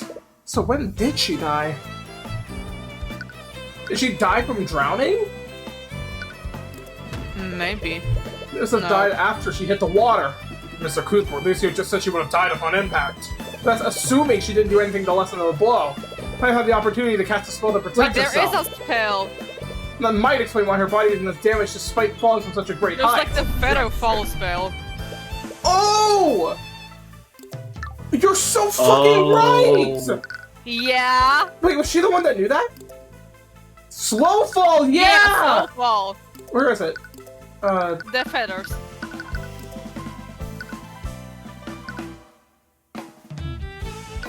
Oh, you're smart. Again, that doesn't matter with the evidence. Lady Sibyl's spell Oh, compendium wait, what? contains the spell Slow Fall.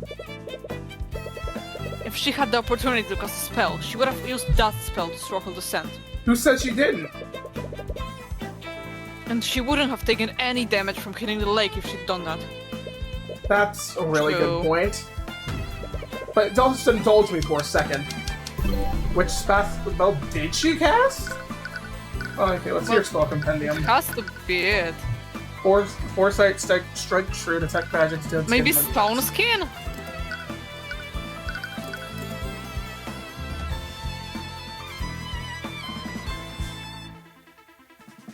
It has to be. She must have cast Stone Skin on herself. Stone Skin. What is this, a Minecraft video from 2016? Sealand plays Minecraft every day. Oh my god! It's because she had Stone Skin on! Oh. If you recall, the High Speaker mentioned that something was strange about the object Arya threw over the balcony. It was much darker and didn't match with Sibyl's usual garb. Almost as if there was something else Sybil was wearing. That object was actually Lady Sybil protected by a layer of stone. But that still doesn't explain why she would cast that instead of Slow Fall. Let me see the conditions of Slowfall.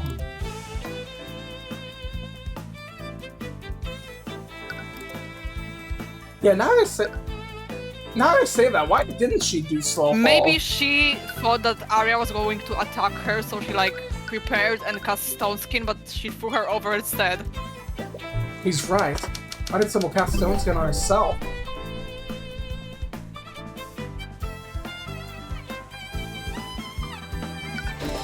She cast Stone Skin on herself before she was thrown into the lake.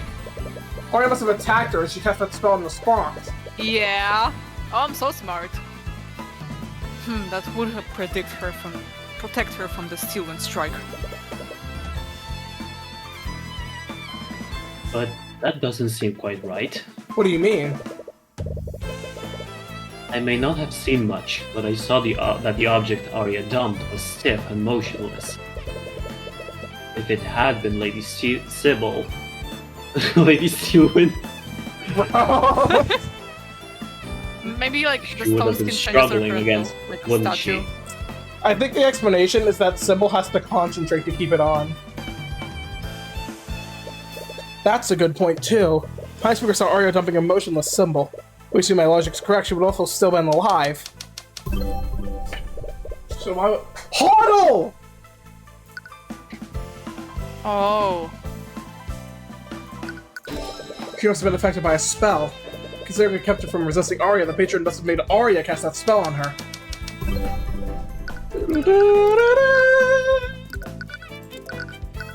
God, I can't lie. I thought having this many spells would be a problem, but honestly, I'm loving this so far. Yeah. It was whole creature! Sybil must have cast Stone Skin on herself when Arya attacked her. The creature must have known that Arya couldn't physically damage her like that. So they ordered her to restrain Sybil with that spell. And Sybil died by suffocation. Since she couldn't get out of the water! Oh my god! Because she had the Stone Skin on and she was still like stuck. Mostly because she was Because of stuck. creature. I imagine the stone would have... Also, the stone lasts while she's concentrating, so literally if she just stopped concentrating, it would stop. That's Oh, right, yeah. Lucio. Even if she was restrained, Sybil was still protected by Stone Skin. That would left only one option for the patron.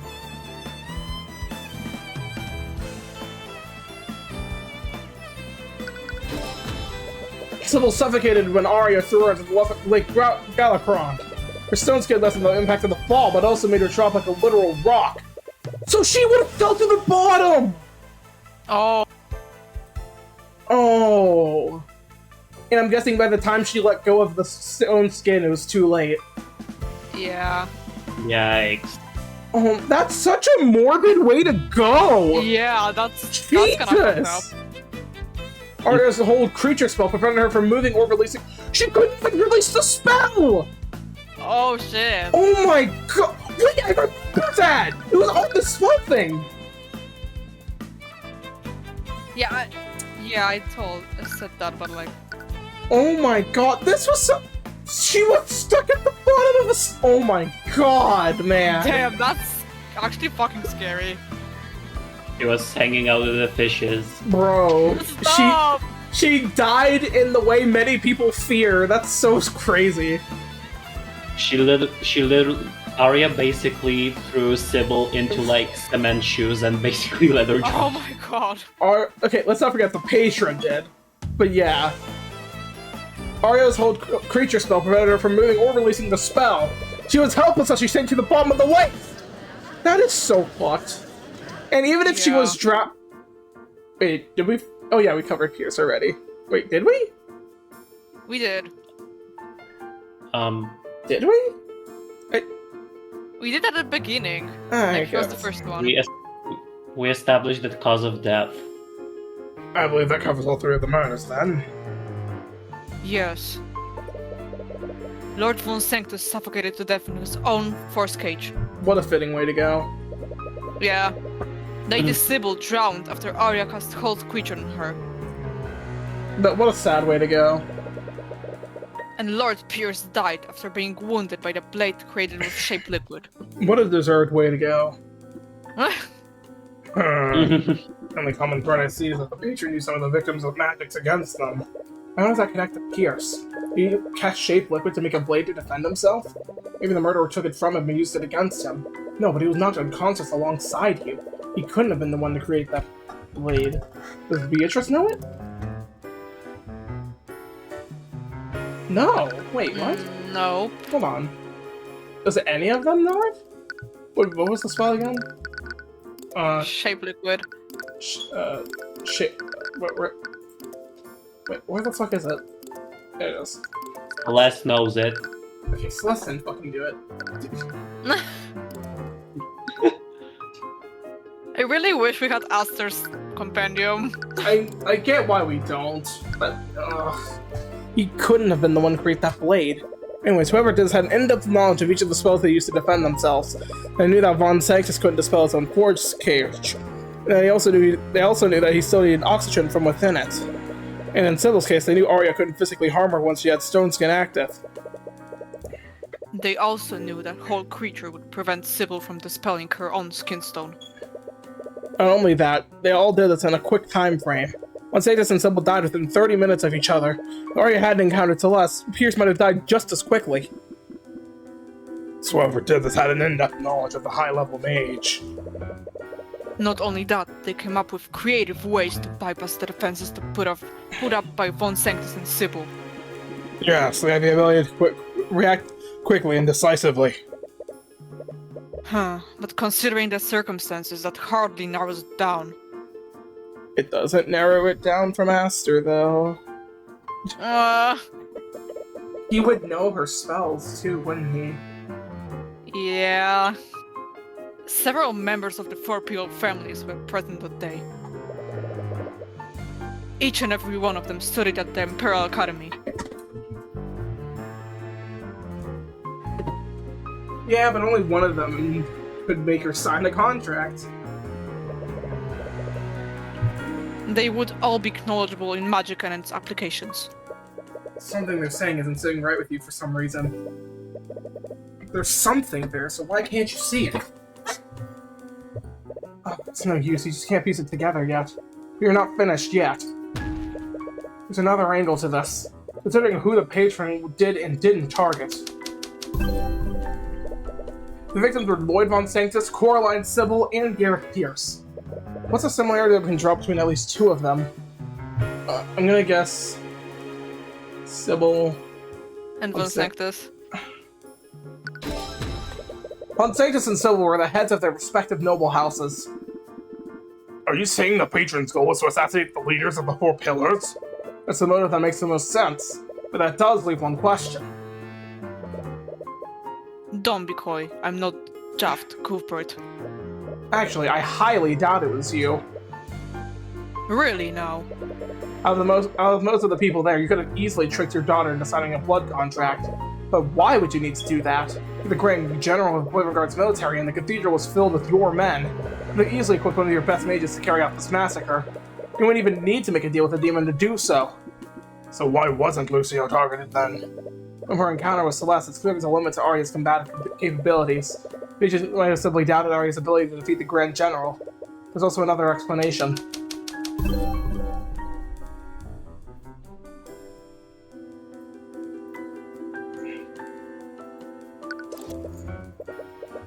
Kill House Stillwind? What do you mean?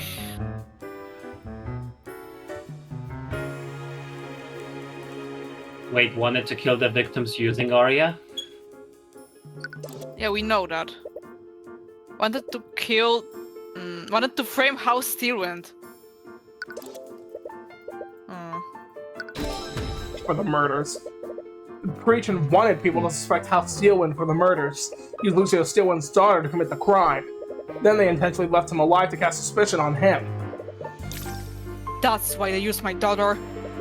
Is that a tinge Don't of act anger like you care feel from about him? her. Anyways, that leads me to my next point. Imagine if we never discovered Arya's blood contract with the Empress of Discord. What would have happened? We'd still think that Miss Stillwind succumbed to Mage Blight. She would have been convicted for the murders, and trust in House Stillwind would be forever diminished. About a month ago, House Freyga lost its head, and the successor, Leif Freyga, was woefully unprepared to take his place. Now, the head of Houses Von Sanctus and Sybil are dead, with House Stillwind being responsible for it all.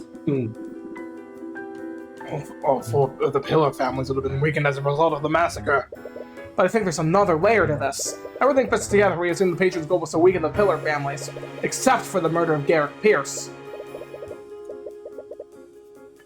Yes, in contrast to Sybil and Von Sanctus, Pierce's political power pales in comparison. Oh my god, I just thought about something. What?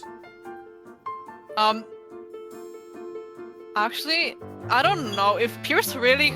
This is a crack theory, but if Pierce really had information about Celeste's parents and stuff, and if we take into consideration that she really might be a Wyvern Guard, if it really was Aster in some way, maybe he killed Pierce because, I don't know, he didn't want Celeste to know. But that's assuming he knew.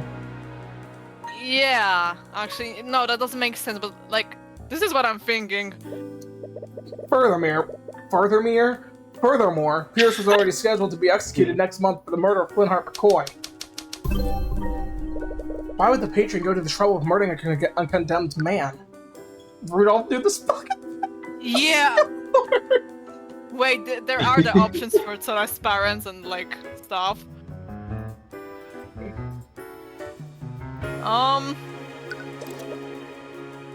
Kid? Created the identity.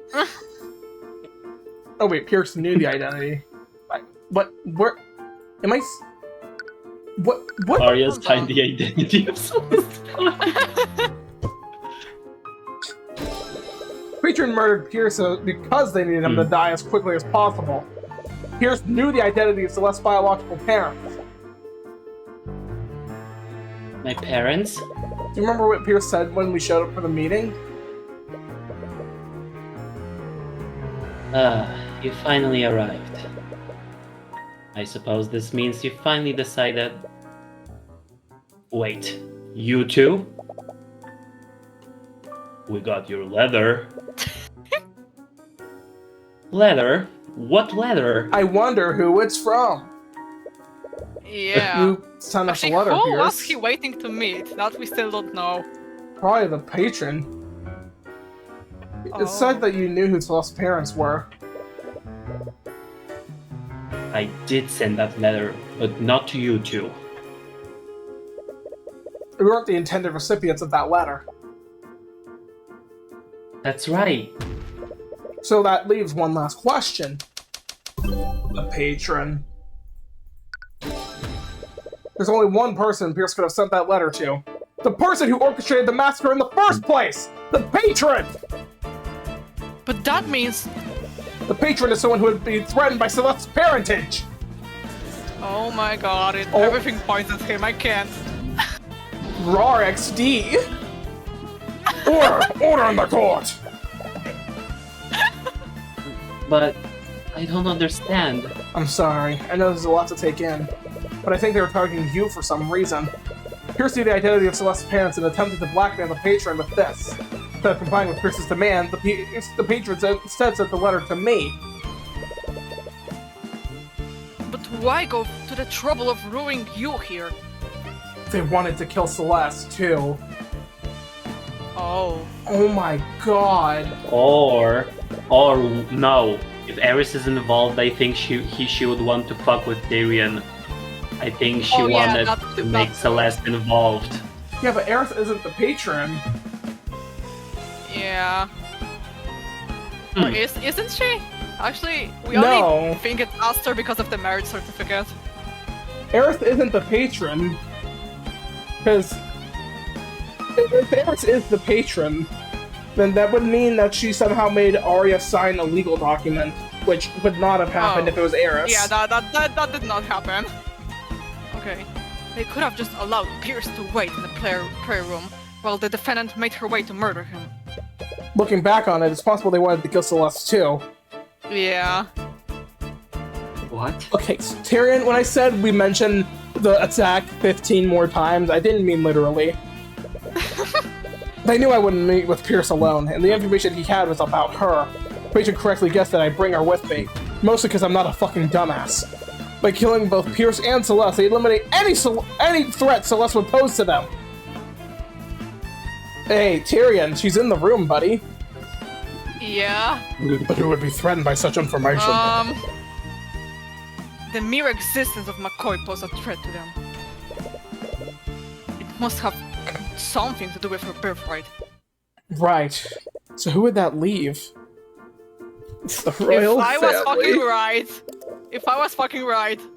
King D. Ribbongarn just recently died. What if Celeste was a member of the royal family? You think I'm a princess? You think I'm a pretty pink princess? I mean, you look like them. I don't want to suspect Aster, but we need to consider every possibility.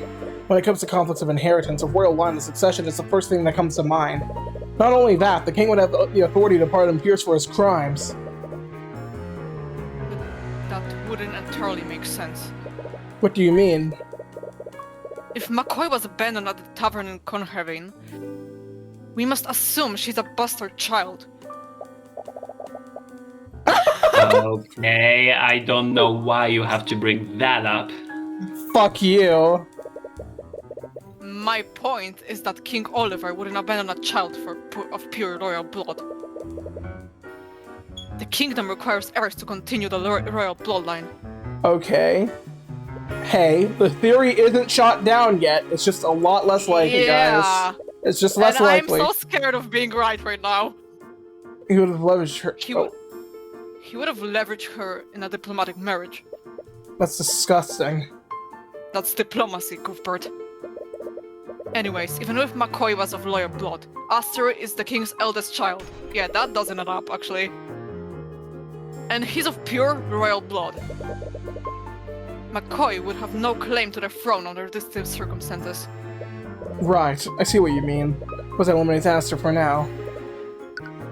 Wait, so who do you think it is? No, I take her as irrelevant as shit.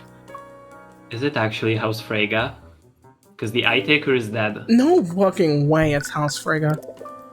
I recall during Beach's Freyga's trial, we heard William Freyga's last will and testament mentioned that House Freyga's assets would be divided evenly between all of his children. If McCoy were to revered as a Freyga, his daughters would be legally obliged to share the estate with her. Could I seriously be a Freyga? They're not that bad, Celeste. It's I don't want this especially for Miriam, but we need okay. It's better than Honestly, being I a prefer- Monstactus. Okay, we get it, we're Rusty wrong. one. Really? Because I have my doubts. The House C1 is the only family with whose house leader survived the past. The Eye Taker? Really? You think I'm McCoy's biological father? You're barely a father to your Okay, actual daughter. Quinn, clock him! Only saying that possibility for the sake of argument. As I've said, it wouldn't make much sense for you to frame your own daughter when Al Steelman would have been blamed. Okay. Is it really? Are we? That's like the thing that I considered the least. What does Eye Taker orchestrate this inside? Wait, was it that none of them were wrong? That were right? Are we just Maybe. shutting down ducks? What if the I Eye have no Takers idea what's going orchestrated on. this whole thing? The Eye Taker, that common criminal. What reason would he have to do this? I've heard firsthand he was planning to expand his influence throughout Wyverngard. He's actually plotting with Beatrice to use House Freyga to do so. Since I originally his original plan, setting up that massacre might have been his dead. backup plan. Perhaps we're looking at this all wrong. What if Celeste was a part of the royal family and they're playing... Okay, they're why backing- did royal family not work then? They're... Oh. What if Celeste was part of the royal family and they were planning to use her to take the throne? But if he wanted to do so, why would he put McCoy in danger by having my daughter attack her? Not only that, he also had the perfect opportunity to murder His Majesty. Imagine if he had placed a more lethal containment spell in that glyph of contingency. His Majesty might have very well died alongside Von Sanctus, Sybil, and Pierce. Yeah, I suppose you're right. We need to consider every possibility. But I can't think of... Okay, okay, none of them were right. Huh. I can't think of anyone else. Yes, there's a flaw with each suspect. Your logic is clearly flawed. Well, you don't see him coming up with any ideas. There's something here I'm not seeing, but I know I'm close. There's a missing piece that ties all this together. Regardless, we still have no idea who this Empress of Discord is. Okay. I have a suspicion. I also have a crack theory Oh right God, next to what? Fuji. What now? Go on. Is Celeste related to Rathalion in some way? That's insane. What? Shut up. I mean, wait, hold on. Like, his human form has white hair and gold eyes. Don't make me pull up this Also- fucking profile. Also, if we're thinking about this right, and if the patron really was feeling threatened, maybe we're just looking at this way, like, maybe there's a higher power that they're afraid I have of. no idea what's going on. I was so sure that the, like, royal family theory is gonna be right. I am loath to allow such an individual to walk freely through Wyverngard. Your Grace, you've been alive since the creation of Wyverngard and magic. Do you know who this demon is? I can't say I do. I've been sent to take on many titles over their lifetimes. Whoever this Empress is, they're so brave to blatantly encroach on my domain like this. Well, I suppose we'll have to Wait, cross that bridge when we I get just there. remembered something. What? Remember when Remus was being really uncomfortable around Tyrion and Celeste at first? Yeah. Like the dragon? Yeah. Yeah, I remember. What if like he recognized Celeste and he was like being really sad? Maybe. Okay, I'm just throwing shit at the wall. Don't Yeah, me don't too. at me. We obtained a lot of information today, but it's clear we have many questions that need to be answered. How should we proceed? What is it, Mr. Cuthbert?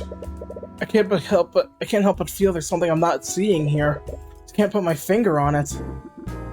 We have been working at this for quite a while. Perhaps we should suspend proceedings so we can look into these new leads.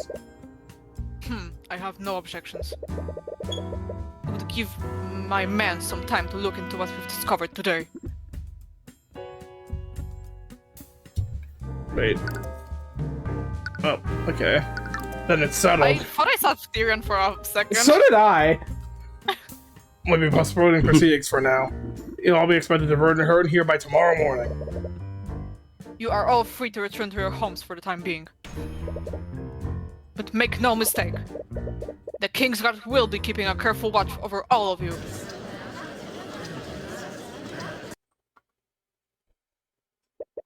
There's still this constant nagging sensation in the back of your mind. Hey, Tyrion. As if you've forgotten something. Wait, Wait, what? did we get affected without knowing it? Did we get affected by Eris? As if you've forgotten something extremely important. Tyrion. What is it? What could be so important yet so difficult to remember? Tyrion. Sorry. I was just thinking about everything. You're looking really stressed out. Do you want to head back to your house to rest? No, we only have a day until the trial resumes. Can't figure out what happened after tomorrow. The magic traces will disappear. But But you already know what happened. You just don't know who did it. Yeah, but we should still speak with the suspects again. If we get lucky, I'll see something from the Eye of Horus. But one of the suspects is the Eye Taker. Who's dead? Who's the fucking died already? What are you going to do about him? I suppose I'll have to speak with him too. Keep with his What? corpse. No! What if he tries to kill you again? Arya's life is on the line. That's just a risk I'll have to take. Tyrion, do you even understand what you've been pulled into? What? Someone just murdered a bunch of nobles, and they even attacked members of the royal family. And now there are ancient dragons and demon lords involved too.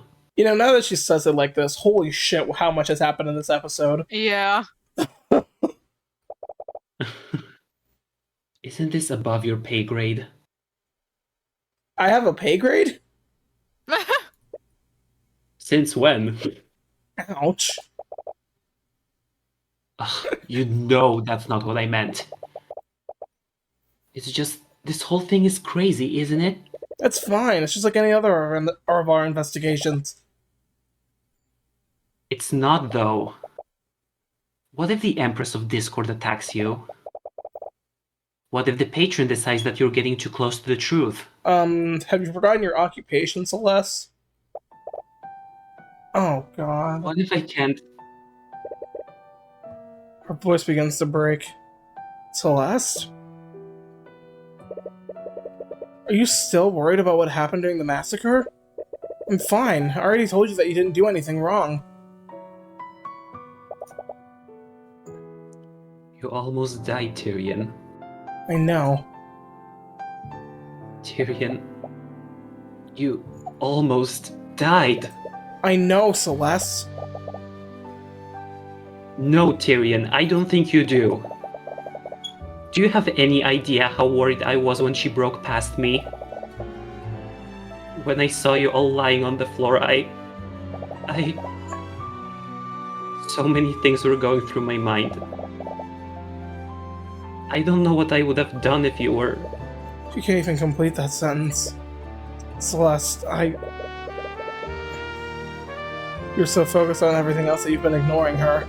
She was attacked by Arya and almost died. Never even thought about how traumatic that must have been for her. I'm sorry. I didn't think... Don't apologize, just... please. Please just leave this to Lucio and the Scale Lord. God damn it. Because, like... I want to listen to her, but like, you know... So many theories. Like... I want to listen to her, but at the same time, we both know this isn't going to happen. Yeah. Mm-hmm. No, they can't! They've done enough already. They can figure the rest of it out. They quite literally can't! And what if it's not enough? I'm not so arrogant that I think they can't do it without me. What if they can't figure out who the patron is? Arya spent the rest of her life in prison. What if I could have done something to prevent that? I don't care if that happens. Celeste! I don't care, Tyrion. I'll apologize to her all you want after this. But all I want is to keep you safe. And I don't know if I'm able to do that anymore. Even she seemed surprised by what she said. I'm sorry, I didn't mean to. Whoa! Okay, Tyrion. Okay, Tyrion. Okay, man. Okay. I'm really, Okay. I'm really happy you're a part of my life. What? I know what you're saying is coming from a place of care. I'm really sorry about how much I've been worrying you lately, but you're not going... Oh, wrong person. You're not going to stop, are you? Of course not. This is the final case. Yeah. It's like I've always said. Man, king, or god, nothing will stop you from getting justice for your clients. Hey, add man, king, god, or demon. That no. or a monkey. I'm going to talk to Lucio. What? If we're going to meet the Eye Taker again, we're bringing some knights with us. Celeste, that's Is he hardly... not dead? They don't know You that. don't get to say this. You're forgetting they don't know that, Fuji. Yeah, but like, They... okay. Fuji, just remember, Yeah, I know that they don't don't know, but this. But I'm thinking about like they're setting up a meeting and everything, and what are they gonna do? If you're not here when I get back, I will pound you. I'm in your walls, And I will Tyrion. kill you. And I will kill you. No, I'm kidding. No. Oh my god, wait, Sap. You could have totally said, I will find you, and I will kiss you. Fuck. Okay, Missed I'm gonna opportunity. big yell. Judging from her expression, it's not an empty threat. Fine, just go. Quick, make a run for it! She might have a point, though. Before everything happened, you weren't even sure if you wanted to continue being an attorney. Maybe you should consider a safe, quieter life after all this is done. I don't... Whoa! Oh. Whoa! Listen, just because she said our kids doesn't mean this is such a sudden leap. I mean, God yeah, damn. she kinda did a sudden leap too. Okay, Perhaps at a- this point you might as well buy an engagement ring. Yeah. I'm sorry. Wait, with her. Wait, what? Wait, he didn't Alright. Let's Lucius go. cleared it. he didn't mean to say that or think that. It was surprisingly easy to convince him once I got him pinned to the ground. Wait, what? Huh? What? What did you say? Don't worry, maybe if you will do a good job on this case, maybe I'm gonna pin you down to the wall too. Oh my God. What? Are you okay? I'm fine, but let's not waste any more time. Before she has a chance to respond, you hastily walk past her. Hey, don't walk so far ahead. You only need to stay This focused is on the probably chopper the area last safe. time we're seeing them so happy. When this is all over, you'll... Well, you suppose you don't have to think about that until then. What will you do, Tyrion? Huh? What are you gonna do, Tyrion? Oh my god, are we finishing this tomorrow? I think... How much is there left? I think Saturday. Because we do have second investigation and then the trial. Oh, okay. But oh my god. Yeah, I have so many fucking theories. And What none a of them are looking good. What a fucking episode, man. Jesus Christ. Like, despite the fact that they, like, proved the royal family theory wrong, I still think that Aster had something to do with this for some reason. He's just kind of suspicious to me. Whoa. Oh. Ugh. That's a Tyrion's raffle? fault. Damn. Jesus! But anyways, I just... No one else could really be the patron under all these circumstances. Which is like, sort of the problem. What are we not considering beyond Aster? Alright, nobody, like... Empress? Alright, let's just go through everyone she would read a contract getting it from. Yes. What if, like, I'm still on that thing that if the contract that Sylvan signed was the marriage certificate, wouldn't Aster sign it too? Again, that doesn't make the sense to legal me. document thing. He could have written it and then given her a different copy with a signature on it. True, but didn't the Pope give them that? You're expecting him to be watching them? It's two couples don't in love. know. It's a couple in love. And who's to say he isn't in on it anyways? I mean, come on. I don't know. I'm just trying to make sense of this because I have no idea what's going on. But, like, literally, he is the only one she would likely not really look at a contract before reading. I don't know.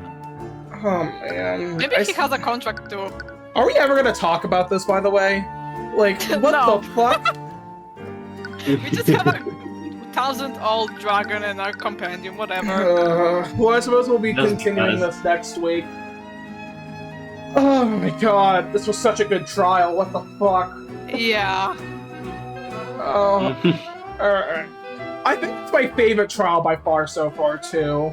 Yeah, Because, it's really good. Because it was But like I also like the second trial.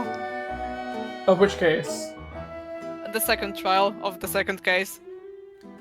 Which are- All right. Actually, I'm of the same opinion. I think the second case was also pretty good, very enjoyable. I Yeah. honestly, The third so one was far, the worst so far. So far, I'm honestly liking this case more than case 2. Yeah, that too, but like the case 2 is in Okay, second it's place there, for me. but Also, mm, you know most of these spells are going to come into play at some point. Yeah. mhm. But, wow. So, our current theory on who the killers are is Eris and Aster. Is Tracker. Eris and Aster, because if Aster's the patron, that does mean he also killed people. I still think if there's anything about Aster, I think he's more of a red herring. At least, maybe Okay, I will don't be even proven think- wrong. I don't even feel like it's a red herring, because literally no one else really fits the bill. Unless I still think Celeste. No, I still think that Eris may have done something to Celeste for some reason.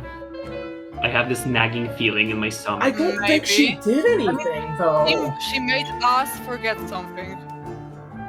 For sure. She's made Tyrion forget something, but even Yeah. I don't know what he... Like, even I don't know what he forgot. So, Maybe like she did it like she manipulates the fucking game, yeah. And she just made She sure that we manipulates as the everyone's players memories. didn't see it.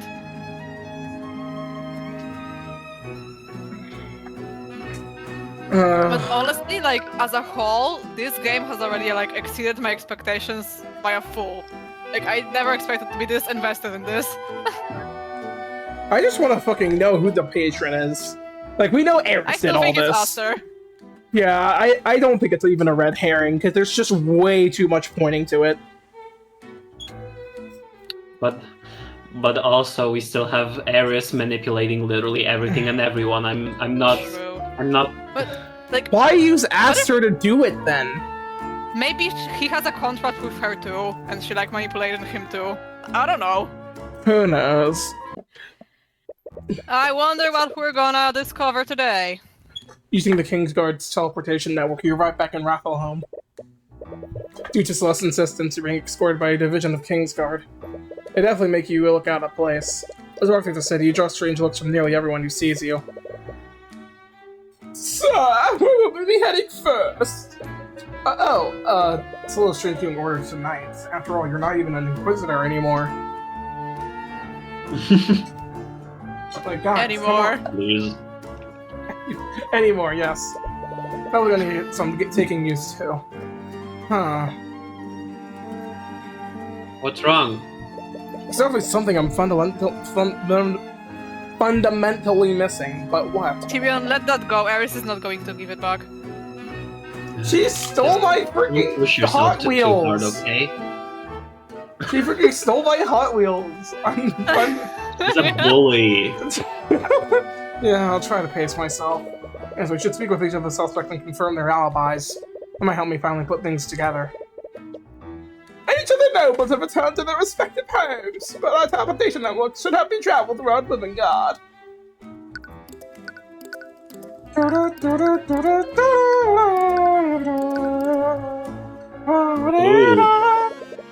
You arrive at Frega Manor, hoping to speak with Leif and Miriam. After some asking around, one of the servants mentions that they appear to be entertaining guests in the study. You normally wouldn't interrupt them, but you've already eaten up a lot of time traveling here.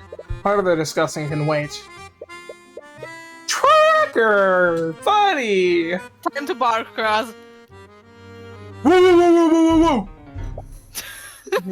whoa! Ah, Near the study, Tracker runs up to you and begins barking. Once he sees who you are, he calms down. Oh, hello, Fritz! Sorry for bored. Tracker thought he saw something bad, like Tyrion's celestial Yeah. stink. Tyrion is smell. God bless fucking Tracker, please. Oh, Mr. Cuthbert. Scan the room and see that Miriam is there too. They She appear to be always speaking looks with so Lord. distraught. Also, I saw this under a comment of Noah's video, so I'm just gonna say it now. Ask Clappius.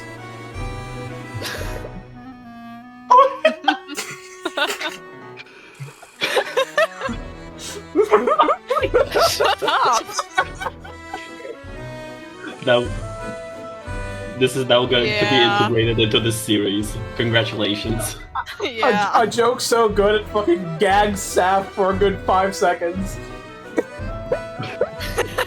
I almost choked on my fucking cake pop. There we have a cake pop. Sorry for I made punching some in late. today. Nice. No, it's no problem at all. It in fact is a big problem. Her emotions imply she already knows why you're here. I'll skip the pleasantries. Mind if I ask you a few questions about what happened? Of course, I'll do anything to help with Lady Fluent's situation. This is me, right? Was it me? No, No, it's me. Fuji. Alright. You're the Should I emo leave? kid. You're the emo kid, of course. Yep. No, you were there with me when everything happened. Asclepius was with you? Shut up! And your testimony will substantiate my alibi. Oh, is he mad? damn it! Prepario Arcanum. Perio Arcanum! Say it again. Prepario Arcanum. Arcanum! He actually did. Wait, I'm sure you know why I'm here. I just want to preface this by saying I highly doubt you were behind this. Well, I perfectly understand. Frankly, I'm also at a loss. I have no idea who did this.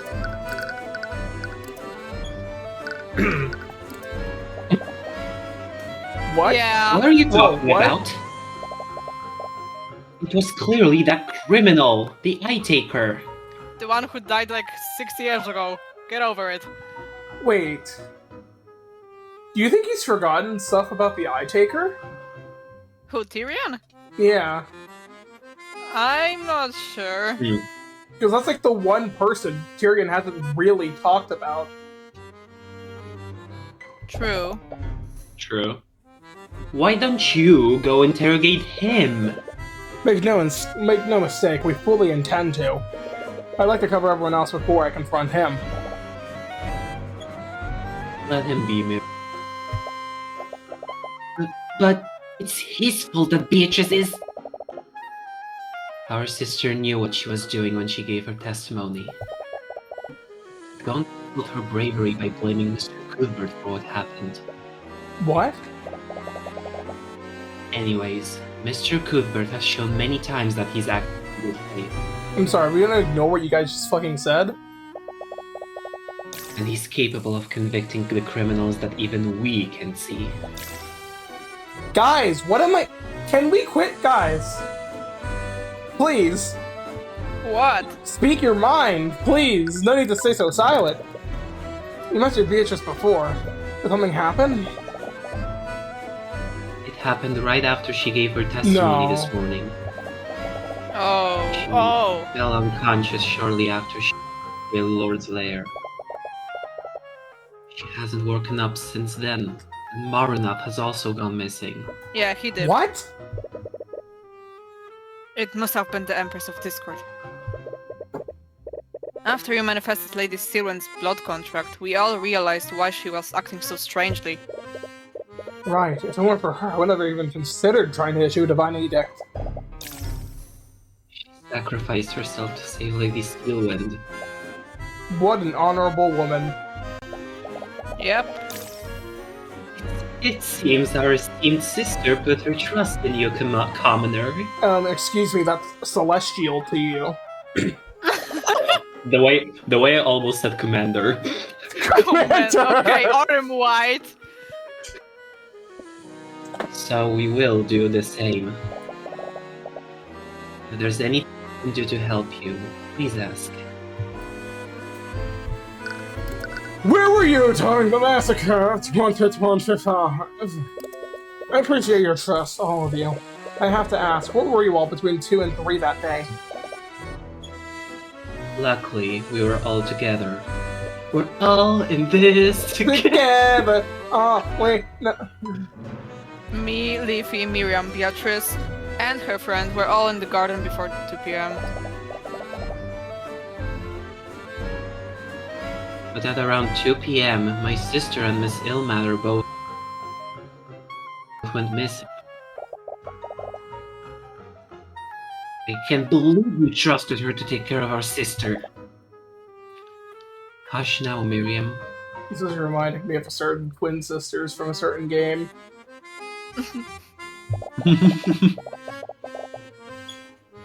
If the Empress of Discord took control of her, there was hardly anything Miss Illmatter could do to stop it. Funny you say that, actually. Yeah. I really do hope she's okay. She's been missing since Have the you guys, like, considered that she's the one who did the massacre? Like, they are suspecting everyone but her. Which probably is intentional. You mentioned that you all went to see for her. Did you see anything?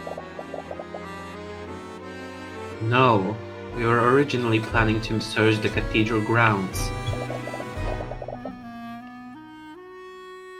But when we arrived at the nave, we found Aster trapped in a force cave. Did any of you lose track of each other during that time? No, we stayed together for the entire time. But we did consider splitting up to cover more ground. But the King's Guard found us and asked us to stay where we were. Right. I suppose that makes sense. And did you see Eris at all when this happened? No, we never even saw her. She went missing at the same time that Beatrice did. That's really suspicious. Okay, thank fuck that you're Okay, in. Tyrion. Finally. You don't think... Yeah, It's definitely I think. possible she was involved in this somehow. Mayhaps she's actually the Empress of Discord. Who may know? Not to mention, the Eye Taker is one of our suspects, and she's his daughter. This is what? You didn't know? I thought Beatrice would have told you. No, she didn't mention that at all. Sakaris has a lot to answer for. If you can even find her, that is. Oh, we won. I suppose I'll stop beating around the bush. Have any of you made a blood contact with a demon lately? This arrogant How little dare peasant. you! This arrogant little peasant! This arrogant little bitch! I want to understand, but the very idea is infuriating. No, I understand where he's coming from. Of everyone present, our sister was the only person who would known times the demon. But then there was Arya Steelwind.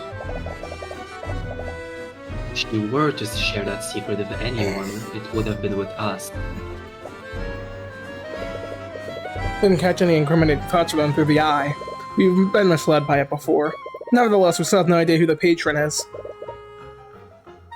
I was actually meaning to ask you during the trial. Can't you just use this divine edict of yours to figure out who the patron is? No, to manifest a blood contract, you need the title of the demon and the name of the human they made the contract with. I understand that, but why not just apply brute force? I'm a celestial with powers. I can't just brute force powers. What? Due to the king's funeral, the King's Guard has a detailed list of everyone who was present during the massacre. You know? He might have a point now, actually. Yeah. Hmm. Whoever this patron is, they were working together with the Empress of Discord. You know, he again makes a very good point. Yeah. Emo Da- boy speaking facts. That must mean they made a blood contract with her, yes? Or they're just evil and did that without a contract. Which would be crazy. I know that. That's actually right. I could just keep issuing divine edicts until a blood contract appears. Wait, is this safe? I don't think there's a Celeste Blight, so I think we're good. Only one way to find out. Take out your notes and begin to look at your list of suspects. Might be at this for a while, so you might as well go in order. Clear your throat in preparation. Okay, we're not... Ah! Whoa, what? Aster the Wyvern. We're starting with Aster? Really? Okay, that's not who I thought we were starting with. Ugh! Tyrion, what's wrong? I thought we were just gonna be here for like 5 minutes doing this. I was just gonna skip ahead. What the fuck? Why did he die? Close to the ground as you suddenly find yourself in overcome in immense pain. What? What's happening to him? Lazarick, use your magic to heal him. Right. 20 minutes fuck? later. What the fuck? Is this Eris? Yeah. Or it's his mom. I think it's Eris. It's the Eris team playing. Then where's it down? Oh, you silly, silly boy. You may be half human, but you can't just go around telling lies like that. What? And I was really looking forward to bringing you to the end of this. I haven't even started to have my fun yet. Who are you? Actually, I suppose that contract is still in effect. I guess my hands are tied. I'll save you just this once. Is it Eris? God damn Oh, it. it's Rian Rian. again? Rian again? Rian. Tyrion, please wake up. Oh, it must have been the wind. Ugh. Celeste? You're okay. How many times did Celeste cry at this point? Wait, Okay, but, t- like, okay. I he- mean, to be fair, he did sort of collapse in immense pain. Did we miss something? Or was like Tyrion already onto Aster last time? No, I guess Aster was at the start of the list because his name starts with A. Oh, maybe. Okay. Well, honestly, I think that just proves us that it's Aster more. Uh-huh. I don't. Whatever the fuck happened right now. You know, I certainly don't feel okay. I feel like a part of your body aching. If we were even set up like this. Are you okay, friend? Shut up, there, trucker. Yeah. What happened? Fuck you mean what happened, bro? I what? What? I what? So that's what the opening was talking about. I what? I've never brought anyone back from something like that. That was my strongest spell too. You have no idea how lucky you are. Okay, you know what? No more divine edicts unless I'm sure, alright? I got that. We get it. Even if I wasn't here, who knows what might have happened. I don't understand. The thing I remember was issuing my divine edicts. Wait. Was that the cause? I've done it with it before without any problems. I just used it this morning.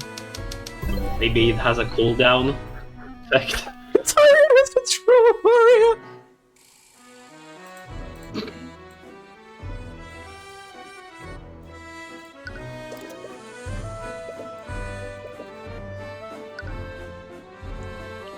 Tyrion does not have control of Tyrion.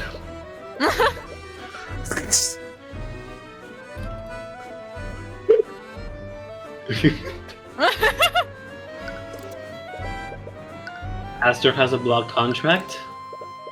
God damn it, just... No. Okay, can... Wait, does he? It might be because Aster doesn't have a blood contract with the Empress. Demons aren't able to lie. The same might hold true for angels as well. Divine edicts declare some sort of divine magic. Nothing for a blood contract that doesn't exist might be considered a lie. Sorry, it was my fault for suggesting it. Honestly, I'm still not gonna throw Aster out just yet, honestly. Me neither. That was suspicious as hell.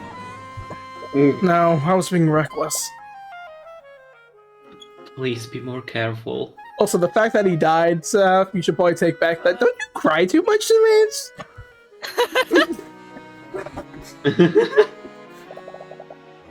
don't think my heart can take this. Okay, girl. Girl. I don't think my heart can take this. Oh, at least we know Aster wasn't behind this. That's exactly what tells us that he It might was have the been most behind. obvious one. Either way, you should still make a note of this. Obviously. It's the obviously that has me thrown off. There's gotta be a twist. Anyways, it's Yep. clear I can't just issue these edicts without thinking. I have to wait until I'm certain of the patron's identity. Wait, what if Aster the Wivengard's just not his actual name? Might be. Actually, no, I don't think so. That's it. Just please be more careful. Actually, hold on.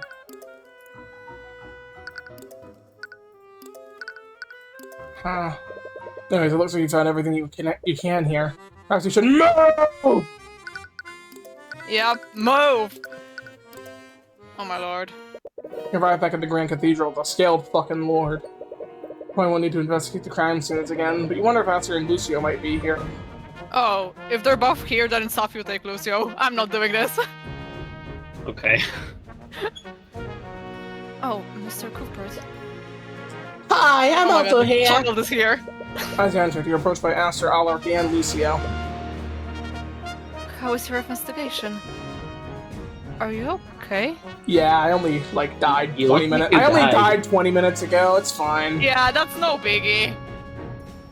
You look quite pale. Yeah, there was a bit of an accident earlier. A little My too death. embarrassing, you ended up almost dying. No, you actually did die, Tyrion. Yeah.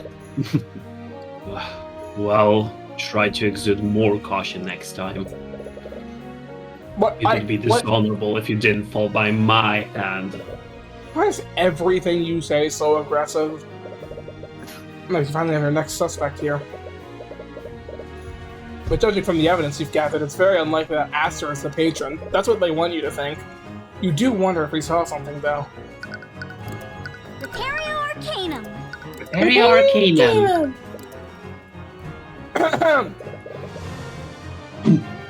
Why are you looking at me like that, Cuthbert? Oh, sorry. Attacking and praying a manner, you've always been a little wary of him. Weren't for Slutt's reflexes, he may have very well killed you that day. I am not going to attack you again. Okay, You girl. better, you little bitch. I hope you can understand my uneasiness. You did almost kill me the first time we met. Pardon my wall? What? That's not. Don't say that's not what happened, because that is what happened. Yeah. He heard us. It's because you're a heavens born. What? God damn it.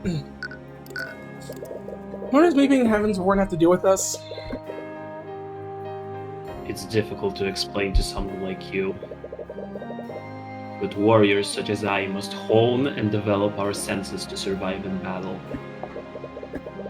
Eventually, we develop the ability to sense hidden enemies and anticipate danger.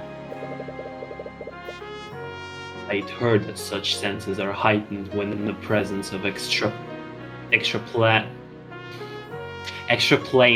entities. Until I met you and Beatrice Frega's familiar, I thought those stories were complete nonsense. Me and Marunoff? As a Heavensborn, your blood is said to originate from the heavens. I just imagine that my blood was like they made my blood in heaven, and then they just sent down a carrier pigeon to deliver the blood to my body. What?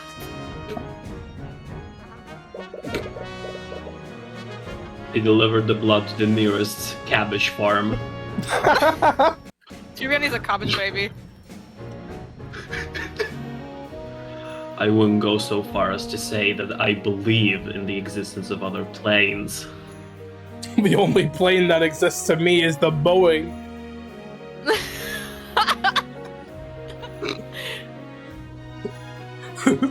Let's go! Stupid, oh my Let's go! Let's go, Spirit Airlines! Does he like a blue holiday? I don't know of any other planes, bro. None of them exist to me.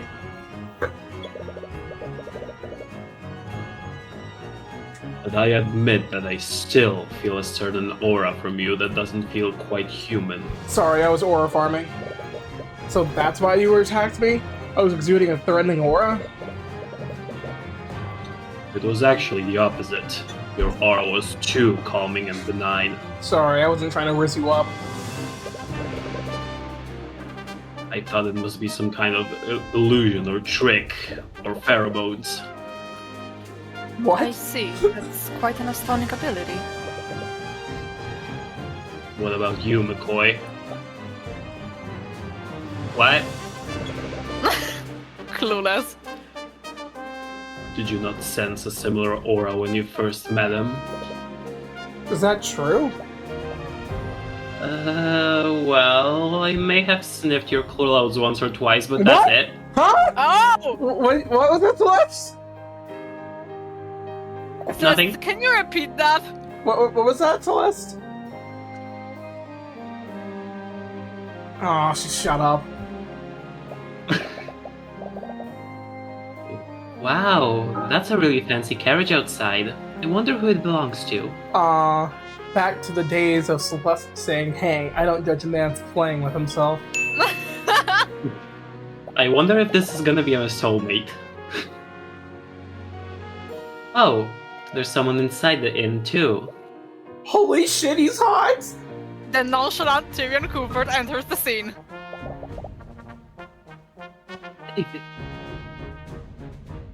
Okay, why did I just hear a gunshot? It's probably fireworks. Anyway, is that guy visiting my dad?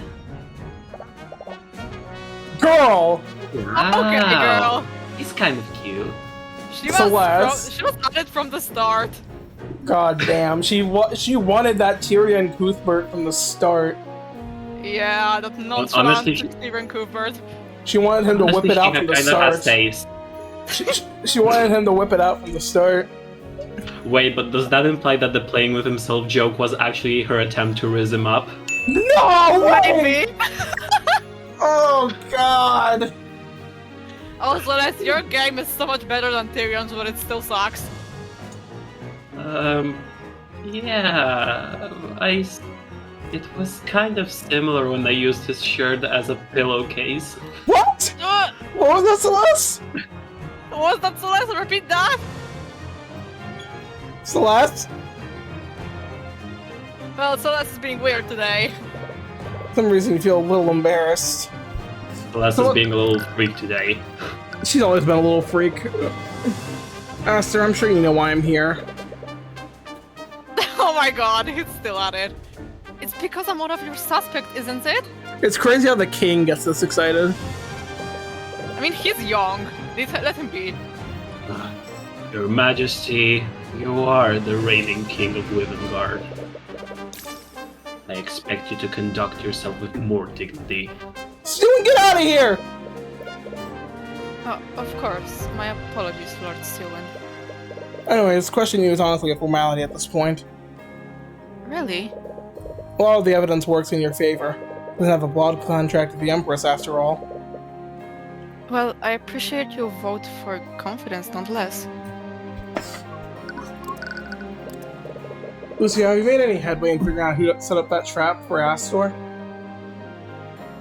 Nope, I haven't. It makes me uneasy that you let someone get that close to my father's body. Yes, I can begin to apologize for my men's incompetence. Are they going to fire Orem White anytime soon? Because all he does is screw the shit up. If they were more vigilant, perhaps we could have avoided this whole tragedy entirely. So your men were guarding the late king's coffin. Yes, there wasn't a single moment when his body was left unguarded. We found traces of illusion magic at the location of the force cage. Although, we're still not sure about who could have set that trap. There are also members of the Kingsguard that can cast both Force Cage and Glimpse of Contingency. And many of them fell comatose during the massacre. So we don't know if one of them betrayed us. Do you think my Yes. men are that weak, Your Majesty? Yes. I think anyone can be made weak when put through enough stress. Regardless, we have no way of telling who may have been guarding the coffin when the trap was set. This means we have no way of telling when that glyph of contingency was set. I was actually mean to ask about that. We didn't wait for the 48 hours to elapse. We know the exact time the trace of evocation disappeared. We can work backwards to discern the exact time the trap was set. Well, normally we could. When the spell activated, I unfortunately panicked and cast a firebolt to try to destroy it. Of course, it didn't even put a dent in the force cage. Because of that, he left traces of invocation at the exact location of the glyph of contingency. He did that intentionally, didn't he? Why would he? Because he's the To patron? hide, Like, what would that... Like, for what reason? Like, what would that do for him, even if he was the patron? Because maybe the time it was set, it would only have been Aster who could have done it. And he's also, again, a person that Steelwind's men would have let get close to the king's body. So I'm just saying. Maybe.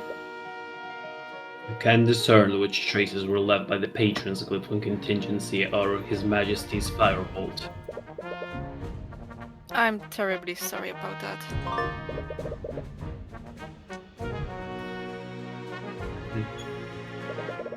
Can't blame him for reacting like that, but it's gonna make figuring out how to do this that much more difficult.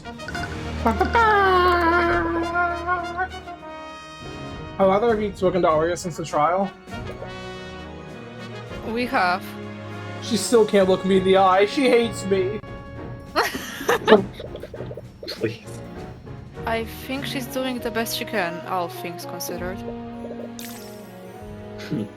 No thanks to you. What do you mean? She's only in this situation because of you. Lucio, that's not.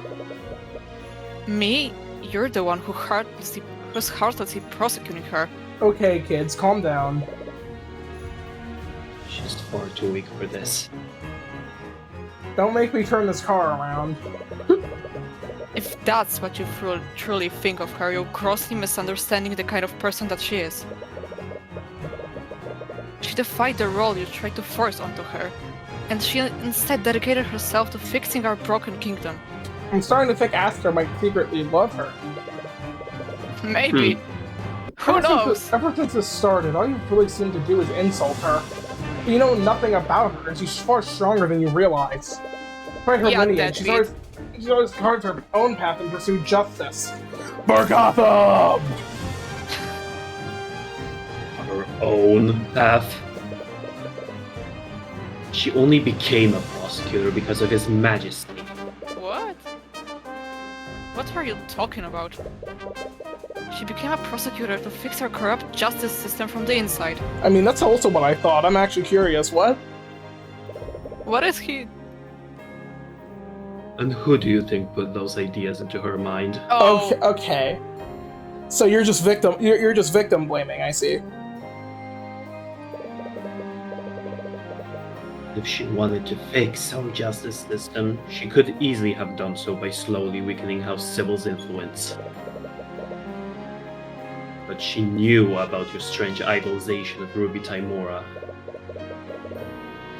And she knew how closely you followed each and every one of her cases. I know why she became a prosecutor.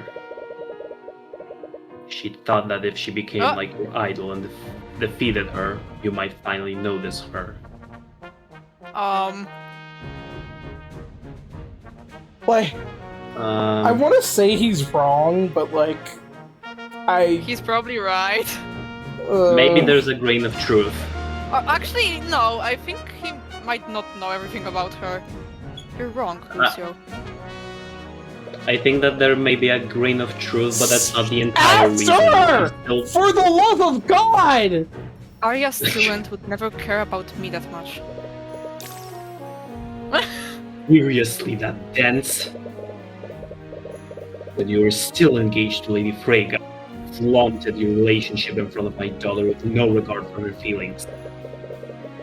I remember each and every time I heard her silently crying in her quarters because of how oblivious you are. Changed every part of herself in order to please you. Oh, I hate that. Is he getting angry on her behalf?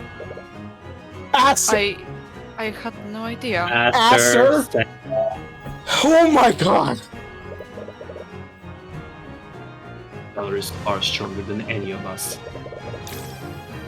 She's weak when it comes to you. Again, this goes back to the document. She could have signed it for him.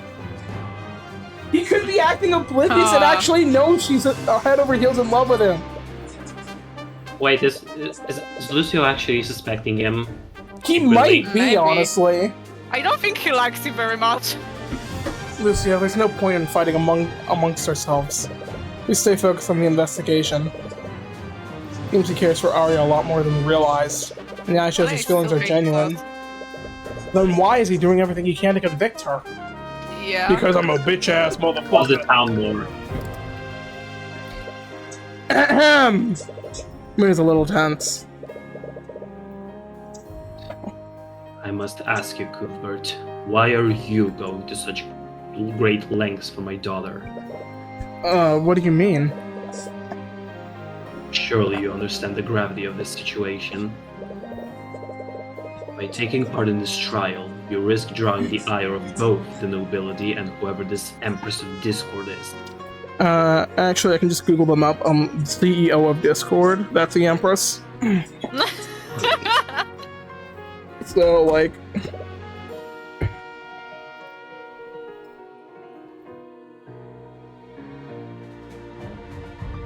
Ahem. Jingle, jingle. It's Jason Citron. Oh. Oh, you're checking that for real. What are you planning? To get married to Celeste after this case. I mean, define the truth. I can do this Lucy- full attorney would. Lucio, I'm not planning anything. Please, do you honestly expect me to believe that you're doing this out of the goodness of your heart? Yes? Yes. Well, Because she's my if you- friend. Yeah, Lucio, maybe you haven't heard of something like friendship and trust And doing friendship things for is other ma- people and- without Yeah, the having power of any. friendship. and and Andy. friendship is magic. Yeah. Yes. Is this what all Heavensborn are like? I don't like thinking about it that way. I just can't stand by while I see injustice taking place. Even if you're standing in my way, I'll do whatever it takes to save Arya. Tyrion, you died Why are already, you so man! silent? I will throw around such promises so loosely. I'm not. I will save her, Lucio. Anyways, it appears you have no idea who set that trap up for Aster. Judging from the spell compendiums you have, neither Arya or Beatrice could have set up that trap. The patron could also be a mage. That means they could have set up that trap too. Either way, it looks like you won't be getting any new information here. I highly doubt the person who orchestrated this is any of the people you've met thus far. There's one last person you need to talk to. The Taker! Oh my god. Make He's your way dead. to the back alley that Timora brought you to a month ago. Be too conspicuous to bring the Kingsguard with you. They've hidden themselves in a building nearby. Give Celeste an enchanted root stone to hold and channel her magic into. If she ever stops focusing her magic into it, the Kingsguard will be notified and they'll storm into the building. You ready, Tyrion? Yeah, let's do this and see a deserted room since he died a month ago. The Eye Yeah. Taker is your prime suspect. Everyone else has an alibi and lacks a motive. Not to mention, Eris was with Beatrice when she went missing. I don't want to suspect her, but her father is a criminal. She just still hasn't turned up since the massacre of 2025. Alright, on 3. 1, His body is in there. 2, 3! 3. And then you hear the freaking...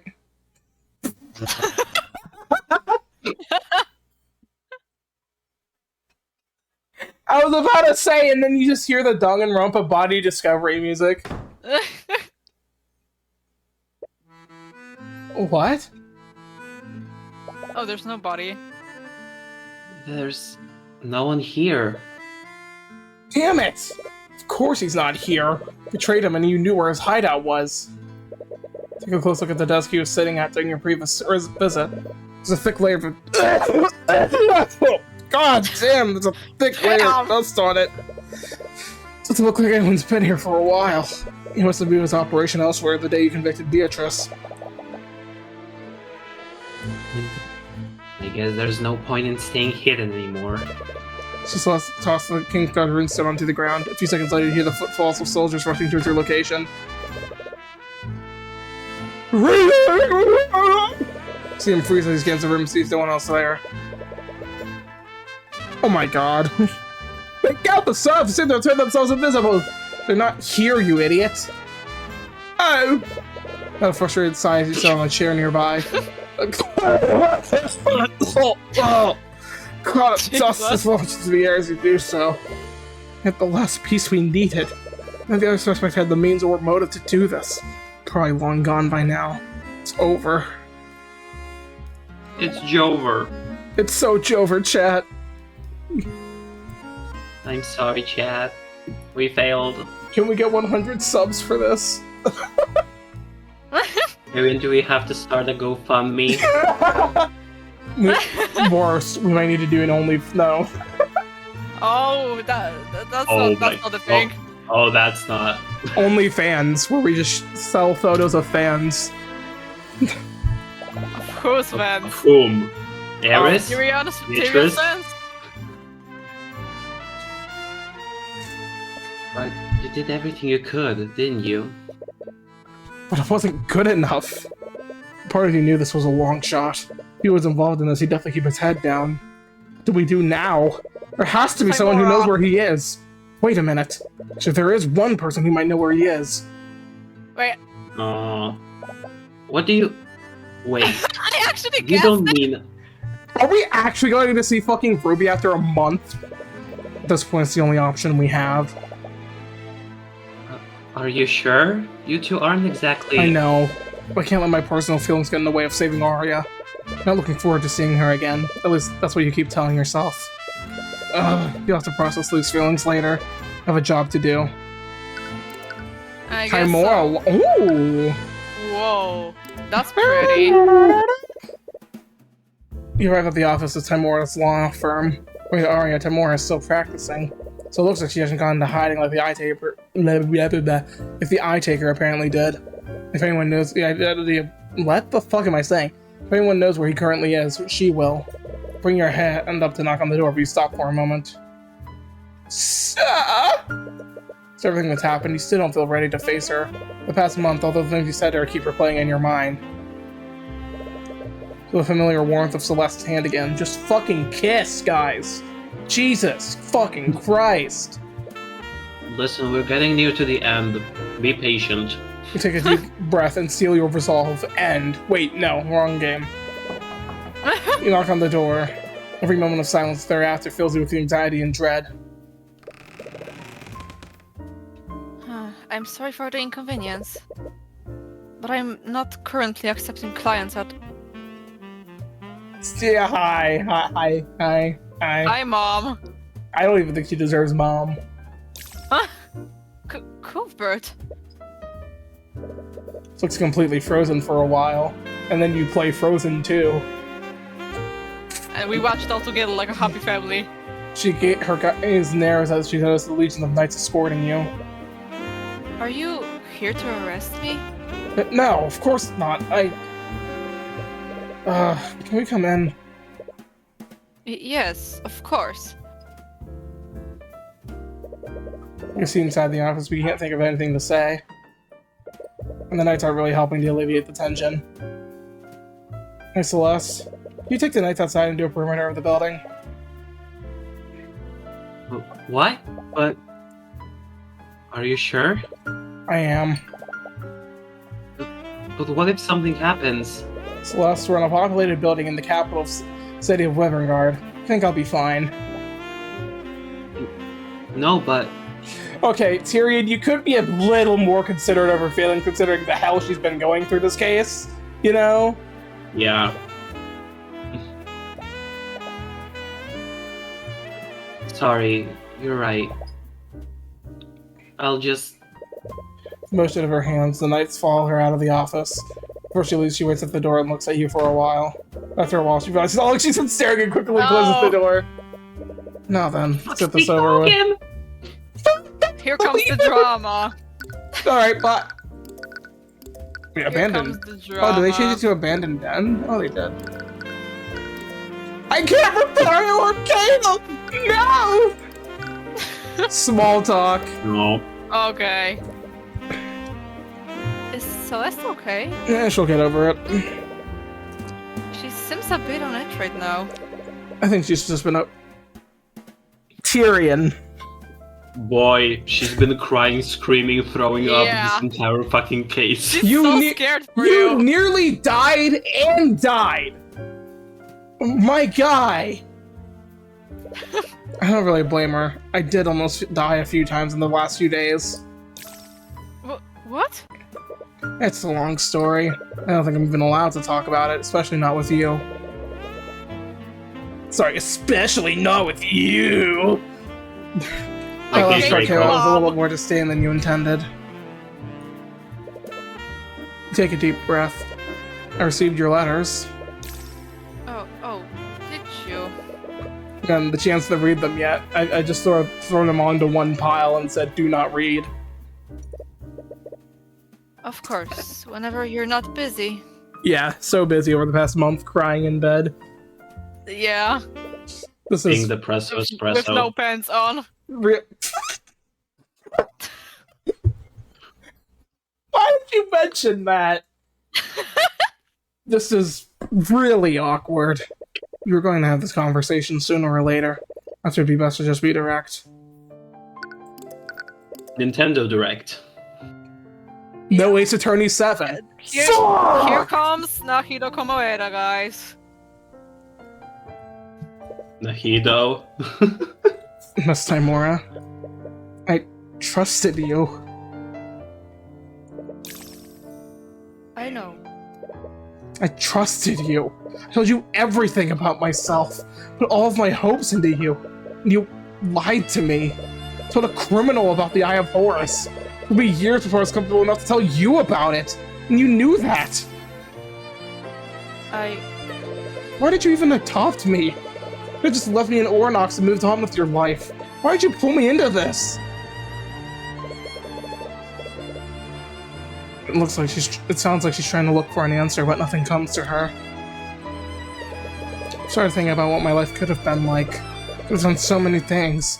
I'd have been able to move on from losing my mother. You adopted me.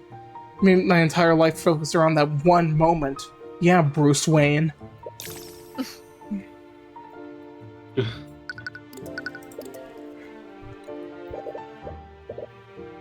Oh? Oh! I had a son once. Before you, I mean. What? I wasn't always a city person. I used to live in an old farm town, just like the McCoys. Yeehaw, yippee-ki-yay! My son and I used to run an old tea shop, just the two of us. Wait, you ran a tea shop?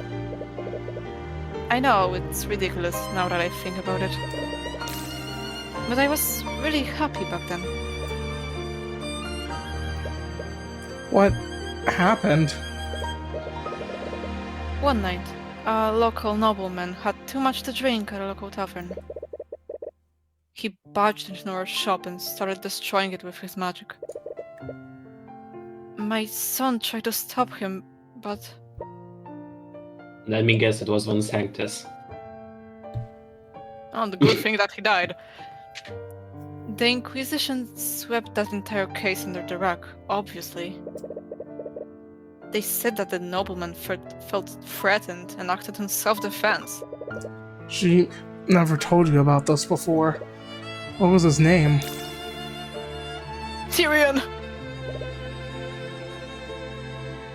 Oh, so Rion exists! Ryan! Shut the hell up, Sap! That's not Sap Fuji. Oh my Must god. Ryan. Apparently Celeste knew the son, apparently. Oh. No, it's supposed to be a sad moment. Let me shut up. What did you do after Ryan died? I thought long and hard about what I wanted to do. I was hurt and blighted by rage. No, entirely justifiable when a nobleman kills your son and the case gets swept under the rug, but you know. Yeah. So I decided I would take justice into my own hands. Wait, you didn't... No, at the Oh time my I God. thought that killing him would be too easy. I broke into his manor and I found every incriminating document I could find.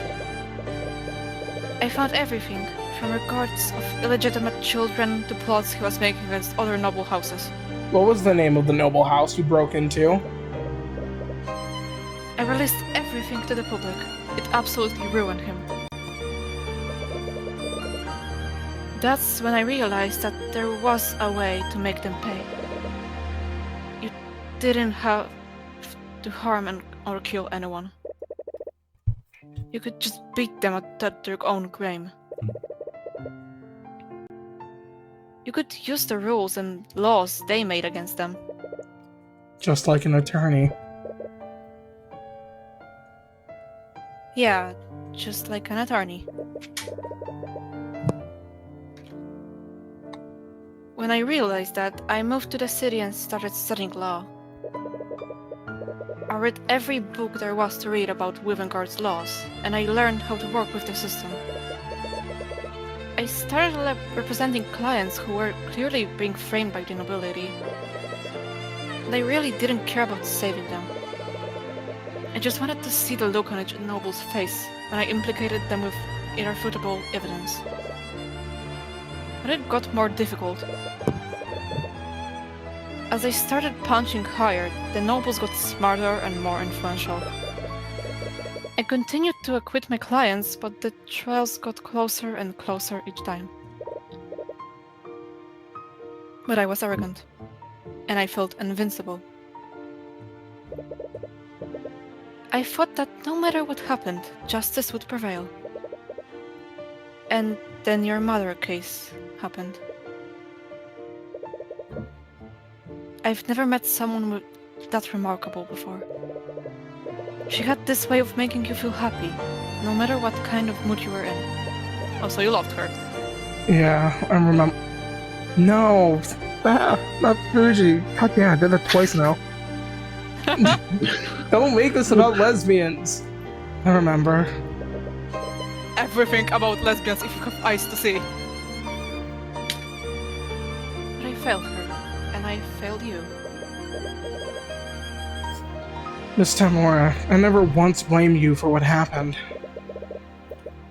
I know, but that doesn't change the fact that I couldn't acquit her. She was executed because I didn't do enough.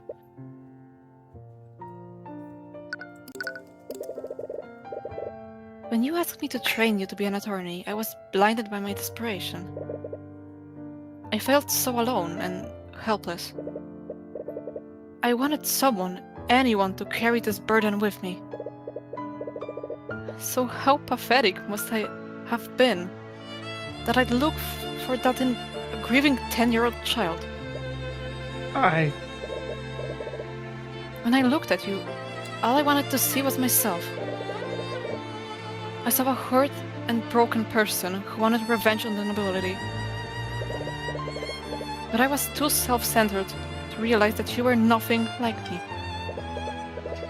You care about people, and you cared more about saving your clients than harming the nobility. I think I knew all along, but I just refused to see it. Maybe you were right about me. What? Maybe I was just using you to make myself feel better. I took you from your home and forced you to dedicate your life to my dream. Maybe I never really cared. If I did care about you, I would have never pulled you into a life like this. I'm sorry, and I can't begin to apologize for doing that to you. God shows her feelings are genuine. Does that even matter at this point? I've been thinking long and hard about this. I want to forgive you, Miss Tamora, but I don't know if I can. I don't blame you. But I want to try. Oh, Stop! Oh. She looks away from me for a moment as she wipes a single tear. Miss Tamora. No, don't call me that. What? If you can truly find it in your heart to forgive me, I want things to be different this time. I'm not your superior, nor your mentor anymore. Yes! We're equals now. Yes! let's go. Mother is back. Mother is back and she approves! She is back. She is So call me her. by my first name. Oh, Yeah. okay. Oh, she's Queen. smiling. Ruby. I think it feels really strange after all these years. You hope you can get used to it.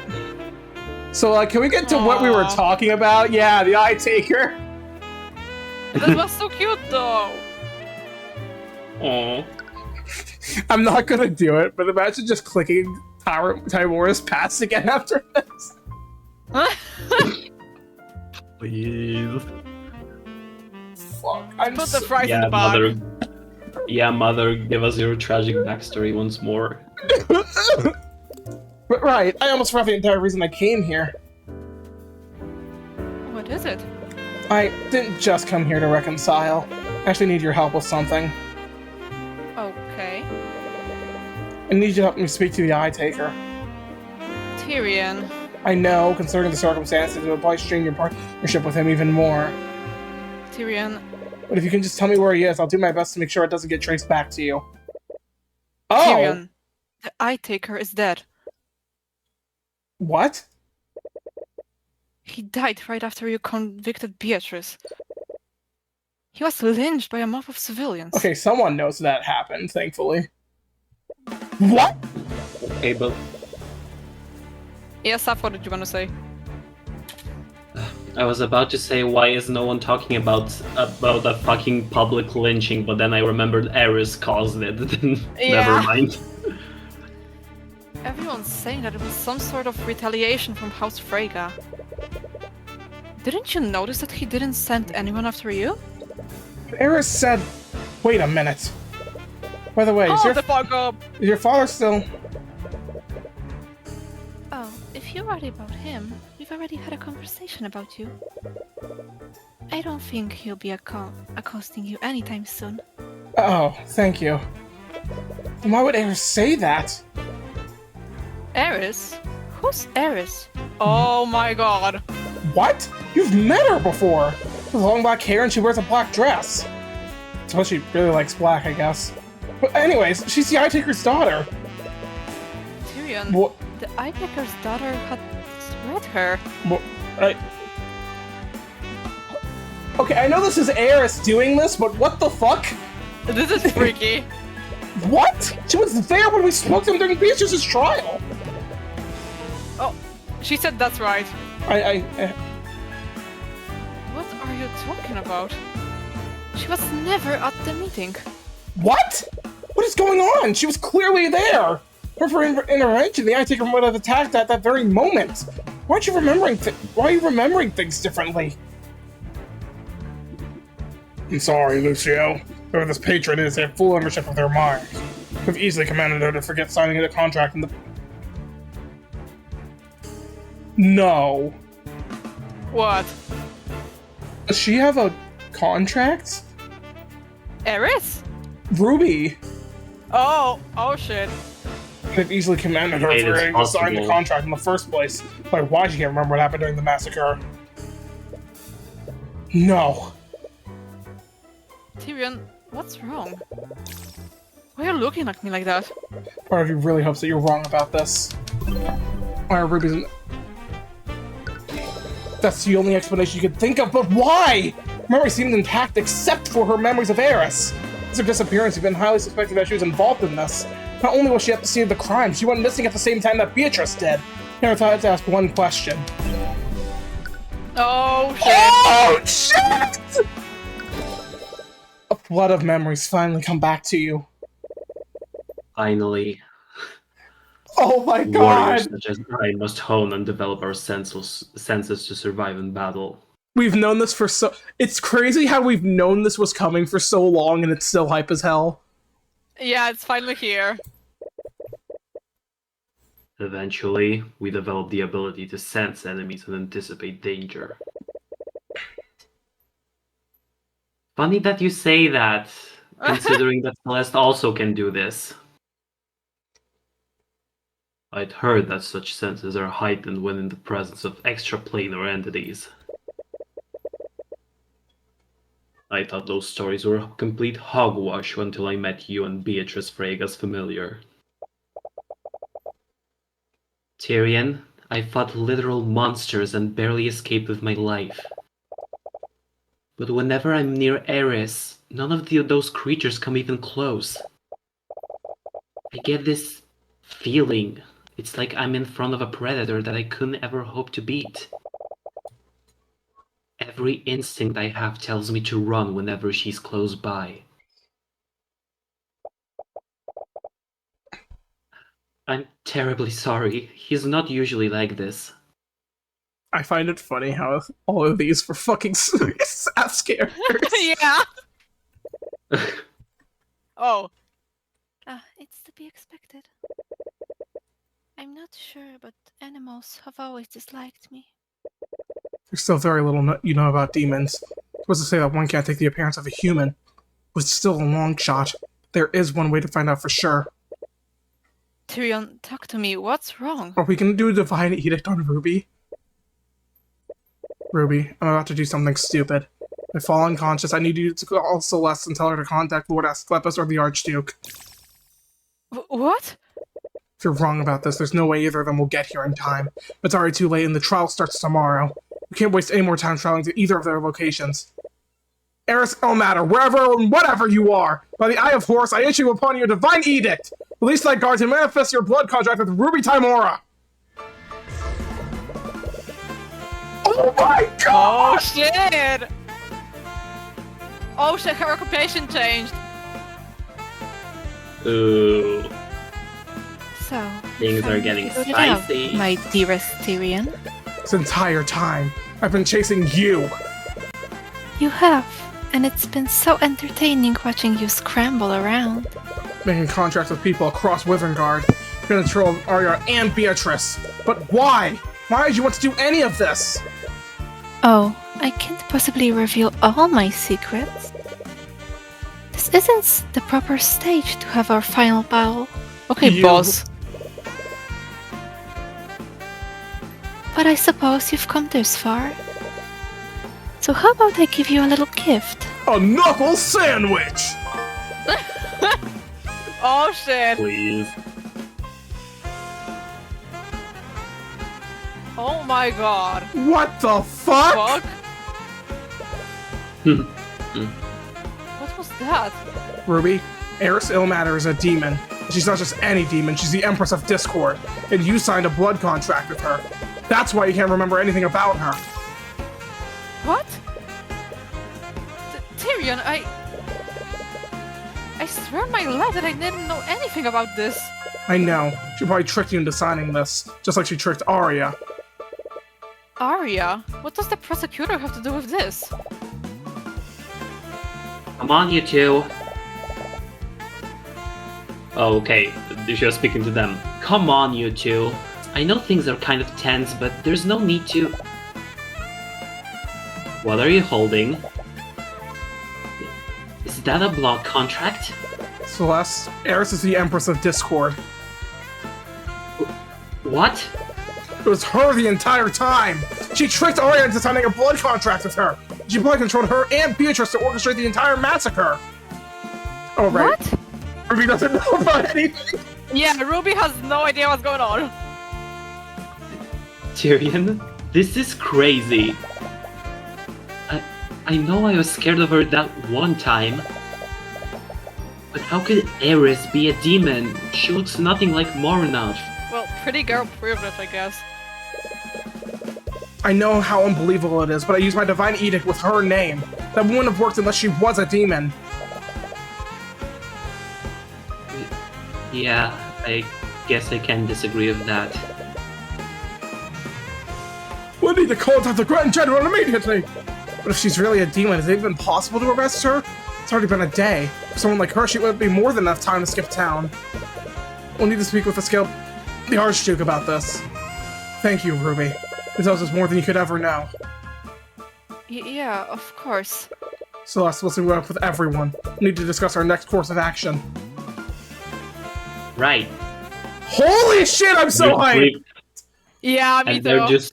they're just gonna leave Ruby like this. God, I hate that we're gonna start the trial tomorrow. I want to start it now. Oh my Yeah, god. me too. You're about to leave Ruby's office when she stops you. Tyrion, have you been using the Eye of Horus lately? Only here and there. Yeah. Can't say much about what I'm doing right now. I am in the middle of a case. It's just that What's wrong? never mind. I don't think it's my place to say Ruby, anything. for the love of God, say it now!